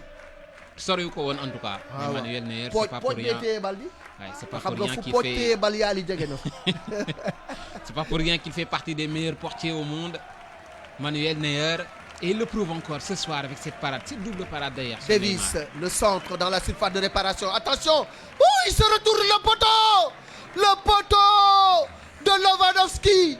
Première occasion, première brindille du meilleur attaquant du monde pour le moment, Lewandowski, qui a failli battre Navas et il a trouvé le montant droit des buts de Kever Navas. Ça, c'est la première chaude alerte dans les camps parisiens. Attention au réalisme allemand. Oui, attention, une occasion franche de part et d'autre. Donc, après Neymar, c'est Lewandowski qui s'illustre avec ce centre de Davis, ce contrôle de Lewandowski qui pivote sur lui-même et la frappe en reprise de volée pour retrouver le poteau de Navas. Et c'est pas terminé. Encore Müller qui va solliciter Coman dans la surface de réparation.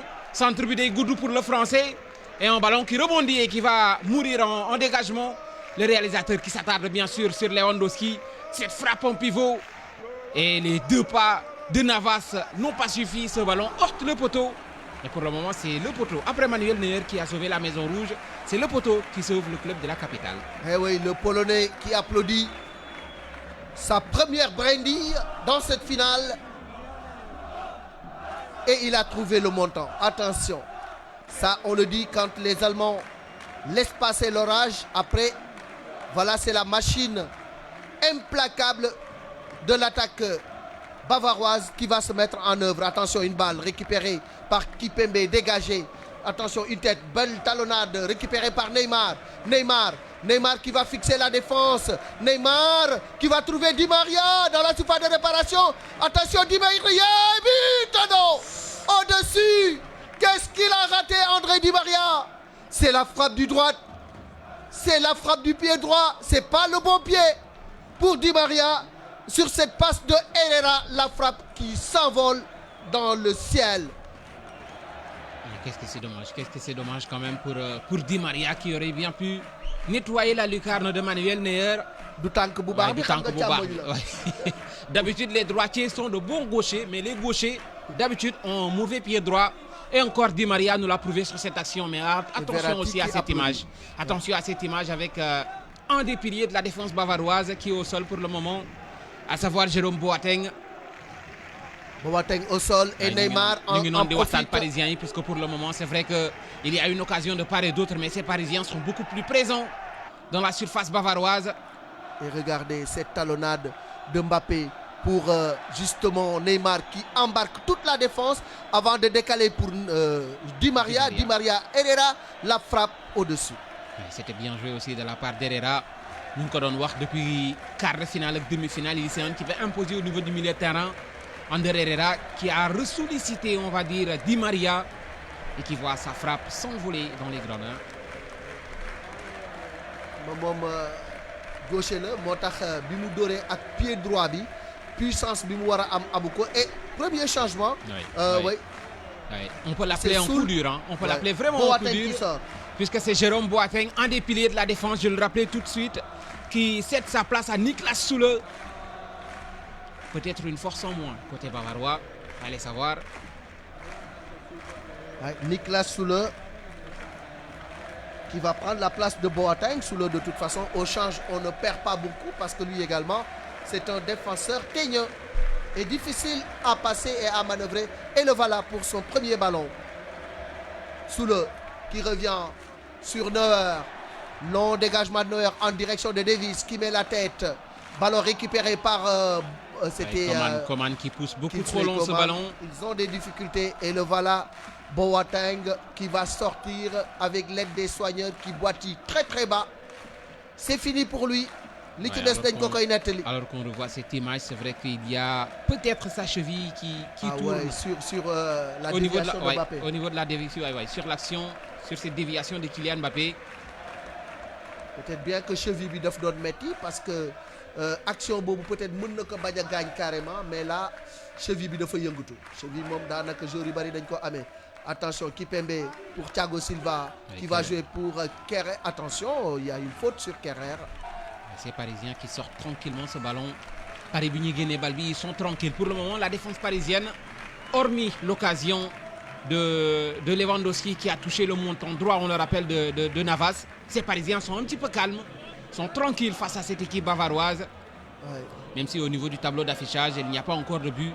Et même si aussi, c'est le Bayern de Munich qui a plus le monopole du ballon avec 60% de possession.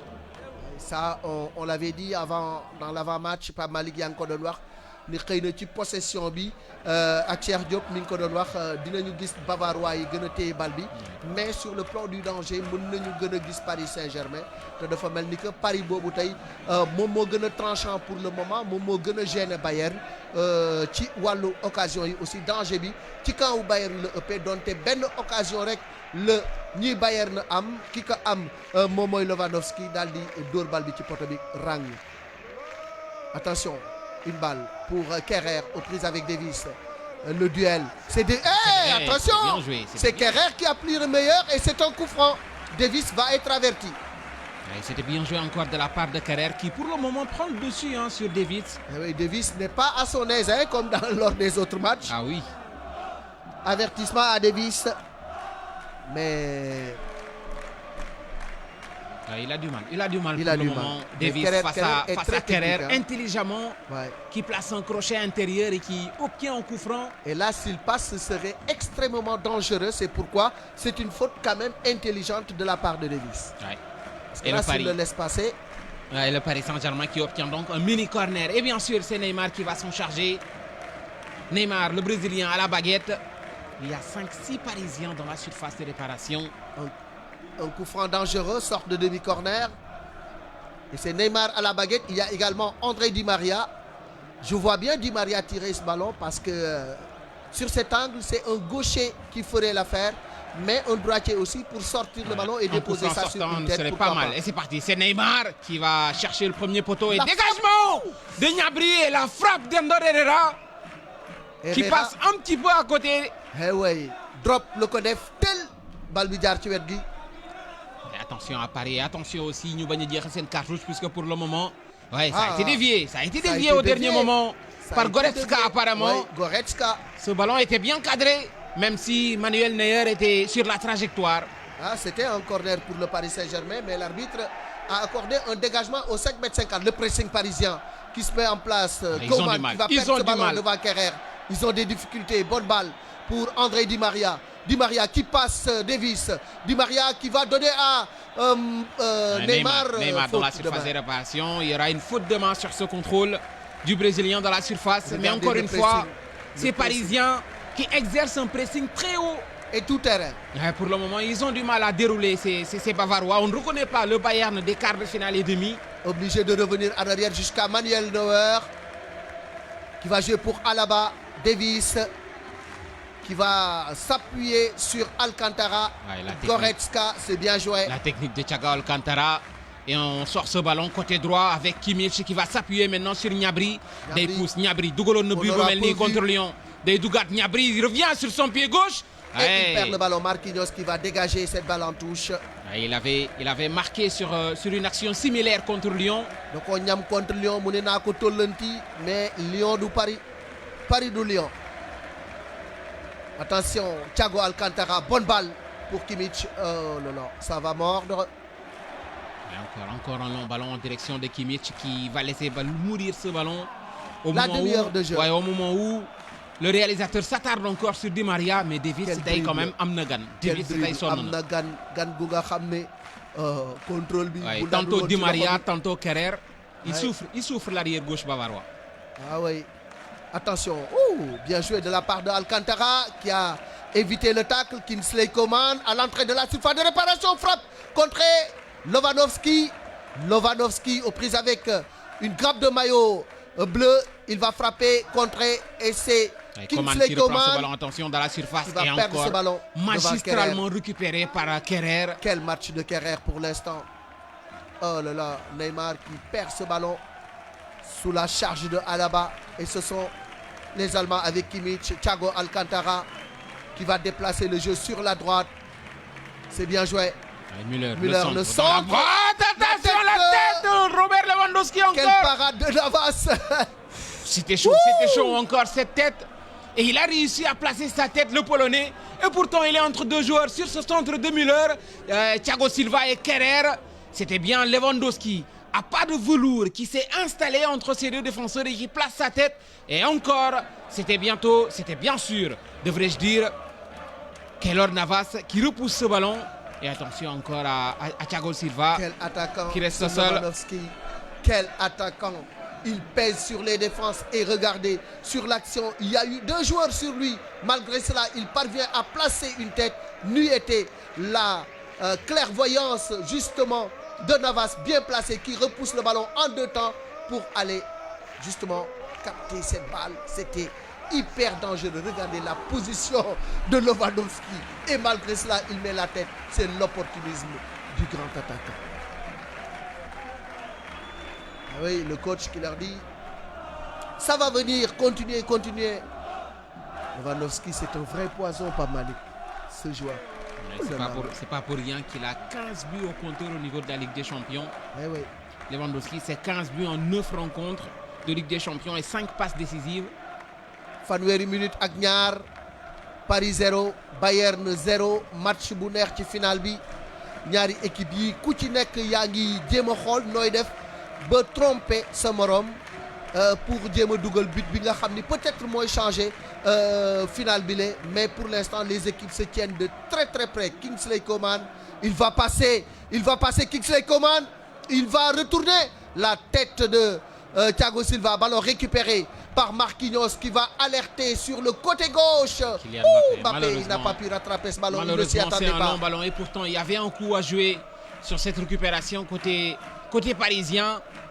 Voilà la tête de Thiago Silva qui a enrayé le danger. Kingsley Coman qui commence maintenant à se faire voir sur son côté gauche avec Davis. Bayern ñu ngi insister ci couloir gauche bi entre Davis ak Kingsley Coman. Très rapide le français, mais cette fois on décide tout simplement de retourner à la maison et de construire quelque chose à partir de leur base. C'est Bavarois, Kimmich avec Goretzka, day appuyé wu ci Gnabry, mais la défense parisienne s'est encore replacée. Et ce sera un coup franc pour Kimmich sur cette faute de Neymar. De Neymar. Alors que le réalisateur s'attarde sur Kingsley Coman qui a évité la sortie pour justement se défaire de Kerrer. C'était bien joué de sa part. C'est l'une des surprises du coach. Attention, une balle dans le dos de la défense parisienne et ça va directement en sortie de but. Gnabry. C'était encore bien joué de la part de David Alaba qui a sollicité Gnabry sur son couloir droit. Il faut dire le défense. Même s'il était quand même un petit peu en position de hors-jeu. Mais jotul laal bal bi alors qu'on rappelle que internautes aussi du côté du Facebook ñu ci bëri ñu ngi ci côté en tout cas Paris Saint-Germain. Et on nous écoute, on nous dit depuis les États-Unis, ba ca Côte d'Ivoire aussi. Oui, ba ca Italie. Gars yi ñi ngi déglu ñi ngi seetaan. Merci beaucoup pour cette confiance du côté de Touba. Également, on a beaucoup d'auditeurs. Oui, Touba, Thiès, Saint-Louis. Ouais. Parce que notre fréquence bi macha allah dafa leer. rax ci dolli nag ñaari Malick yi bu seen yaram tàngee dañuy neex a déglu. Thiago Alcantara qui s'appuie sur Soule qui va monter ce ballon. Lui qui a pris la place de Boateng. Soule, il lève la tête. Une longue balle en direction de Lewandowski. Très beau contrôle du Polonais qui s'appuie sur Davis. Davis, Alcantara, Kingsley Coman. Il peut faire mal sur cette action. Kingsley Coman entre deux joueurs. Il passe le centre. Il n'y avait personne. Il n'y avait personne dans les bras de Keylor Navas. C'était une balle un peu flottante parce que yooyu dafay xaw a dangereux. Une fois mu rebondir devant le gardien dafay jël vitesse moo tax Navas en grand gardien de but dafa éliminer rebond bi. Ballon pour Thiago Silva. Bien joué. Oh là là. Perdu sous le pressing et le harcèlement des Bavarois. Kerrer qui a perdu ce ballon et ce sera une remise en jeu. Davis garde bal bi perte na ko et ce sera encore une remise en jeu. Beaucoup de pertes de balles. Oui, beaucoup de pertes de balles au moment où les internautes nous bombardent de messages. Ñu ngi leen di nuyu yéen ñëpp depuis Podor kii ne Maroc, Cap-Vert ñoom ñëpp ñu ngi leen di nuyu. Allemagne, Bamako aussi avec Younous Dramé. On a une pensée pour justement nos frères du Mali. On souhaite vivement que le calme et la sérénité reviennent dans la capitale malienne. Lolo, merci beaucoup en tout cas pour cette confiance placée en nous. Et au groupe immédiat, Lewandowski qui commet la faute. Regardez ce que fait justement Herrera. Quelle aisance technique, mais il perd ce ballon. Attention, obligé de commettre la faute Marquinhos sur cette perte de balle de Herrera. C'est hyper dangereux de perdre un ballon dans ce compartiment de jeu. Parce qu'à tout moment, le danger peut venir de cet homme, Lewandowski. Marquinhos obligé de faire la faute. Et c'est un coup franc intéressant pour les Bavarois. Ouais, un coup franc très, très intéressant pour les Bavarois. Quand on a du mal à se retrouver au niveau des combinaisons, eh bien on peut faire très mal sur coup de pied arrêté. À quelques 8 minutes de la pause. Navas qui place son mur. Et on va suivre ce coup franc intéressant pour les Rouges du Bayern de Munich. 37e minute.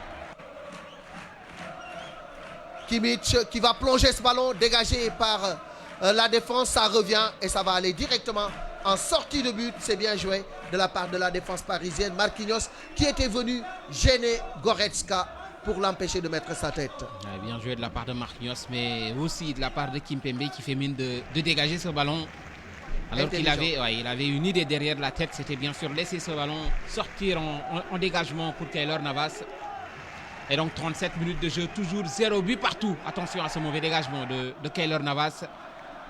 Mais Parisien, il a récupéré tout de suite avec Kerrer qui va solliciter Di Maria. Ouais, depuis 5 à 10 minutes, gisatuñu trio Paris Saint-Germain. Ouais, trio bi ñi ngi gëmm fi mu nekk nii. Mais attention, xal bu gëmm boo ko laalee mën na laa lakk. Et Di Maria, voilà. Il fait la faute sur Davis. Et ce sera un coup franc pour le Bayern de Munich sur cette faute de Herrera sur Davis. Attention à Ander Herrera. Avertissement pour l'avertissement pour solliciter Kimmich. Kimmich s'il parvient à rattraper ce ballon et c'est Bernat qui met le pied et ce sera un coup de pied de coin, un corner pour l'équipe bavaroise à la 39e minute de jeu. Regardez cette ouverture dans le dos de la défense. Et Gnabry, gêné par le retour de Juan Bernat. Et c'est un corner. Un corner à suivre, un autre coup de pied arrêté donc côté bavarois. Il faut être vigilant dans la surface de réparation. Ouais. Kimmich qui sera à la baguette. Un certain Lewandowski. C'est parti dans la boîte dégagée par Kimpembe. En touche. Qui dégage ce ballon en touche alors que Soule était monté aux avant-postes. Touche pour les Allemands avec Kimmich. Il a un problème pour trouver un adversaire démarqué. Ouais, tellement les Parisiens sont très bien placés avec ce pressing, cette accélération de Neymar. On retourne jusqu'à Manuel Neuer côté bavarois. Soule qui va retrouver ce ballon.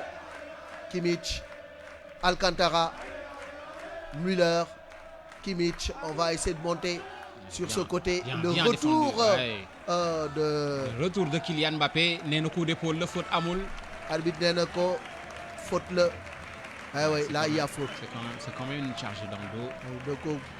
De coup d'épaule, boum. 5 minutes. Ballon que va monter Alaba qui va jouer sur Coman. Le centre de Kingsley Coman, oh là là, dégagé par la défense parisienne, récupéré par Herrera. Il faut réagir maintenant côté parisien. C'est bien joué de la part de Kylian Mbappé qui va obtenir la faute et qui réclame d'ailleurs un carton jaune. Ouais. C'est Bavarois qui insiste sur les centres et encore cette fois c'était Bernat qui sauve la mise. Lewandowski était très bien placé pour placer sa tête et Kylian Mbappé qui refroidit les ardeurs avec ce coup franc qu'il obtient. Ah oui, il faut être présent dans les duels aériens parce qu'il y a de la taille avec notamment Lewandowski et Müller. Côté bavarois, Kimpembe C'est pour Neymar. Neymar. Attention Neymar pour Kipembe. Qui va jouer jusqu'à Kever Navas. Long dégagement de Navas. Jusqu'au rond central. Dégagé. Encore un balai aérien. Marquinhos qui met la tête. Bien joué. Récupéré par l'autre Brésilien. Neymar qui va passer. Qui garde le ballon. Qui va décaler André Di Maria. Di Maria qui revient sur son pied gauche. Di Maria qui perd le ballon. Récupéré par les Bavarois. Très bon retour. Et très bon regroupement défensif des Bavarois qui vont monter ce ballon. C'était un petit peu du n'importe quoi de la part de Di Maria qui s'est perdu dans ses idées. Mais attention à la contre-attaque. Lewandowski, s'il parvient à centrer, côté bavarois, ça peut être dangereux. Il va centrer, dégagé par Marquinhos. Attention à ces Bavarois. Tantôt, on décide de subir. Mais sur les contre-attaques, ça peut aller très vite. Comme sur cette action de Lewandowski qui s'est décalé sur ce couloir droit pour adresser un centre. Et la défense parisienne qui dégage. Un match difficile qui tarde encore à se débrider. Au tableau d'affichage 0-0. Et c'est un corner pour le Bayern de Munich. Et toujours bien sûr Kimmich à la baguette. On va essayer de trouver un partenaire dans la boîte. C'est parti, on essaie de retrouver Lewandowski. Et Marquinhos qui veille encore au grand. C'est pas terminé. David va récupérer Balbi. Centré, nous contre Watt, récupéré par Soule qui va s'appuyer sur Alaba. Et dañuy dellu waat ba ginnaaw ba ci Neuer. Day dem ba ca Neuer mu joxaat Soule mu delloo ko Neuer delloo ko Soule ñi ngi koy tóoro moom le brésilien. Thiago Alcantara. loolu moo lay wan ni Neymar sonnagul xale la mi ngi ci forme parce que il accepte d'aller au pressing gars yi tóoroo ko loolu mooy tóoroo boo demee Massamba jox ma Demba. Attention, une attaque bavaroise. Bien joué jusqu'à Davis, le centre. Qui ne se pose pas de question, l'arrière gauche bavarois. À chaque opportunité, il adresse un centre, mais toujours dégagé par la défense parisienne. À l'image Thiago Silva qui est pour le moment le patron de la défense. Très concentré, hein. Le capitaine parisien. Kimmich, qu'est-ce qu'il va faire? Il va s'appuyer sur Thiago Alcantara pour Goretzka. Qu'est-ce qu'il va faire? Il va s'appuyer lui sur Davis. Ça ne progresse pas. Goretzka, Alcantara. On est obligé encore de revenir et une balle pour Müller aux prises avec Kipembe. Quelle défense, quelle bonne défense de Kipembe. Du parisien et du français. Et c'est un dégagement au 5,50 m. Il a très bien joué.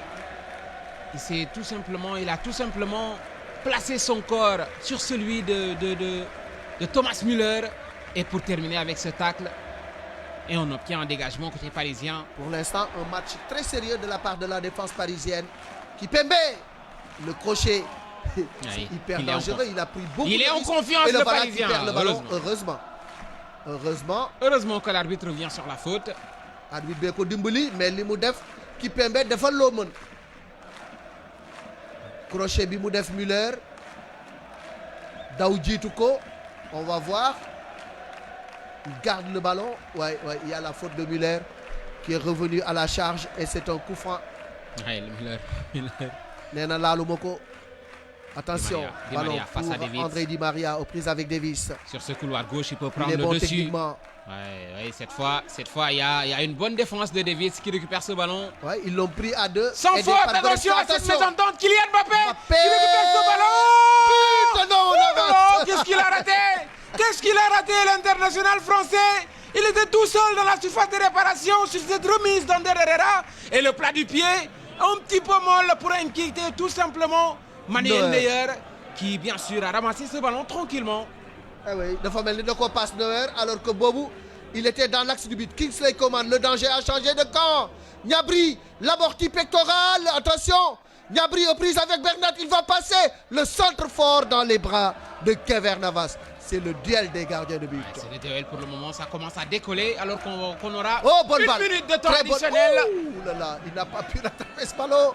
Mbappé, heureusement que Neuer était là. On a quelques minutes de folie. Et ça repart pour les Allemands qui vont attaquer. Une balle pour Kingsley Coman. Aux prises avec Kerrer. Kerrer qui va défendre Kingsley Coman qui passe. Il n'y aura pas pénalty. Pas de pénalty pour Coman. Que dit On est l'arbitre? partagé. Est-ce qu'il n'y a pas faute sur Kingsley Coman? Oh oui. Tout le monde retient son souffle. On est L'arbitre partagé. qui sourit. Il en sourit, bien sûr. Mais pour moi, il y a bien faute, puisque Coman est bien passé face à Kerrer. De et derrière, oui, derrière, il y a une faute sur Kingsley Coman. Ouais, il passe le bras sur l'épaule de Kingsley Coman qui s'est laissé tomber. L'arbitre estime qu'il n'y a pas faute. Qu'il n'y a pas faute. Et le jeu reprend. Alors dans que les bras le temps de Navas. additionnel, c'est même terminé. C'est terminé. On va à la pause sur ce score de parité 0-0. Alors que là, certainement, les Allemands, ils vont râler sur cette action de Kingsley Coman. Il y avait peut-être une faute de Kerrer qui a passé sa main sur l'épaule de Kingsley Coman qui s'est laissé tomber. Il y avait accrochage, il pouvait y avoir penalty, mais l'arbitre n'a pas bronché. Du côté également de la VAR, on n'a pas bronché, donc on en reste là. 0-0 entre Paris et le Bayern de Munich pour l'instant. Quelle finale! Ouais, quelle finale, alors que match bi, on va dire que ci dernière minute ou première période bi la gën a tàngee entre Kylian Mbappé et Neymar, mais aussi de l'autre côté il y a eu Lewandowski qui une minute de temps additionnel bi on aura tout vu de part et d'autre, mais pas de but pour le moment. Ben filet tremblable. Et pourquoi il y a ces deux gardiens bien sûr, à savoir Keylor Navas et Manuel Neuer, qui pour le moment sont les hommes de cette rencontre, les hommes tout simplement de cette finale, alors que ça explose aussi du côté des internautes, avec des supporters parisiens qui y croient, et on nous suit aussi depuis Paris, avec des Sénégalais qui croient en cette équipe parisienne, mais toujours 0 but partout.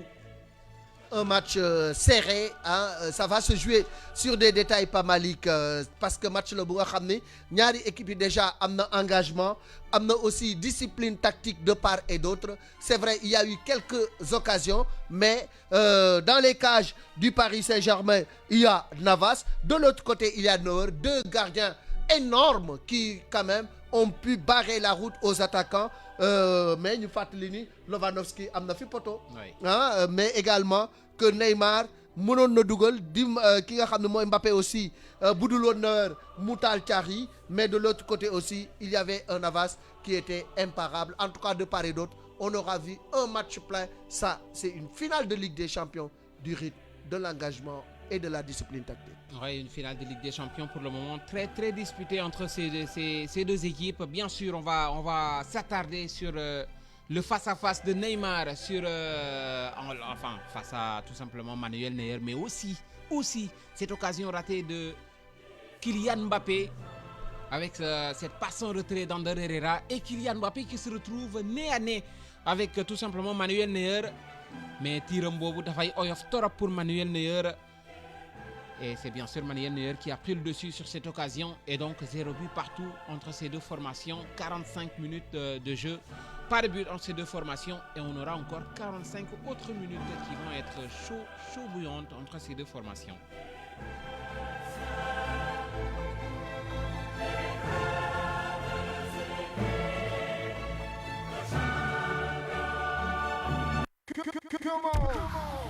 iRadio mi ngi riir ñëpp déglu ko iRadio la bu bees gaa yi get leen ko Sénégal ak li ko wër beneen FM bu bees iRadio ak sina bidéo bu bees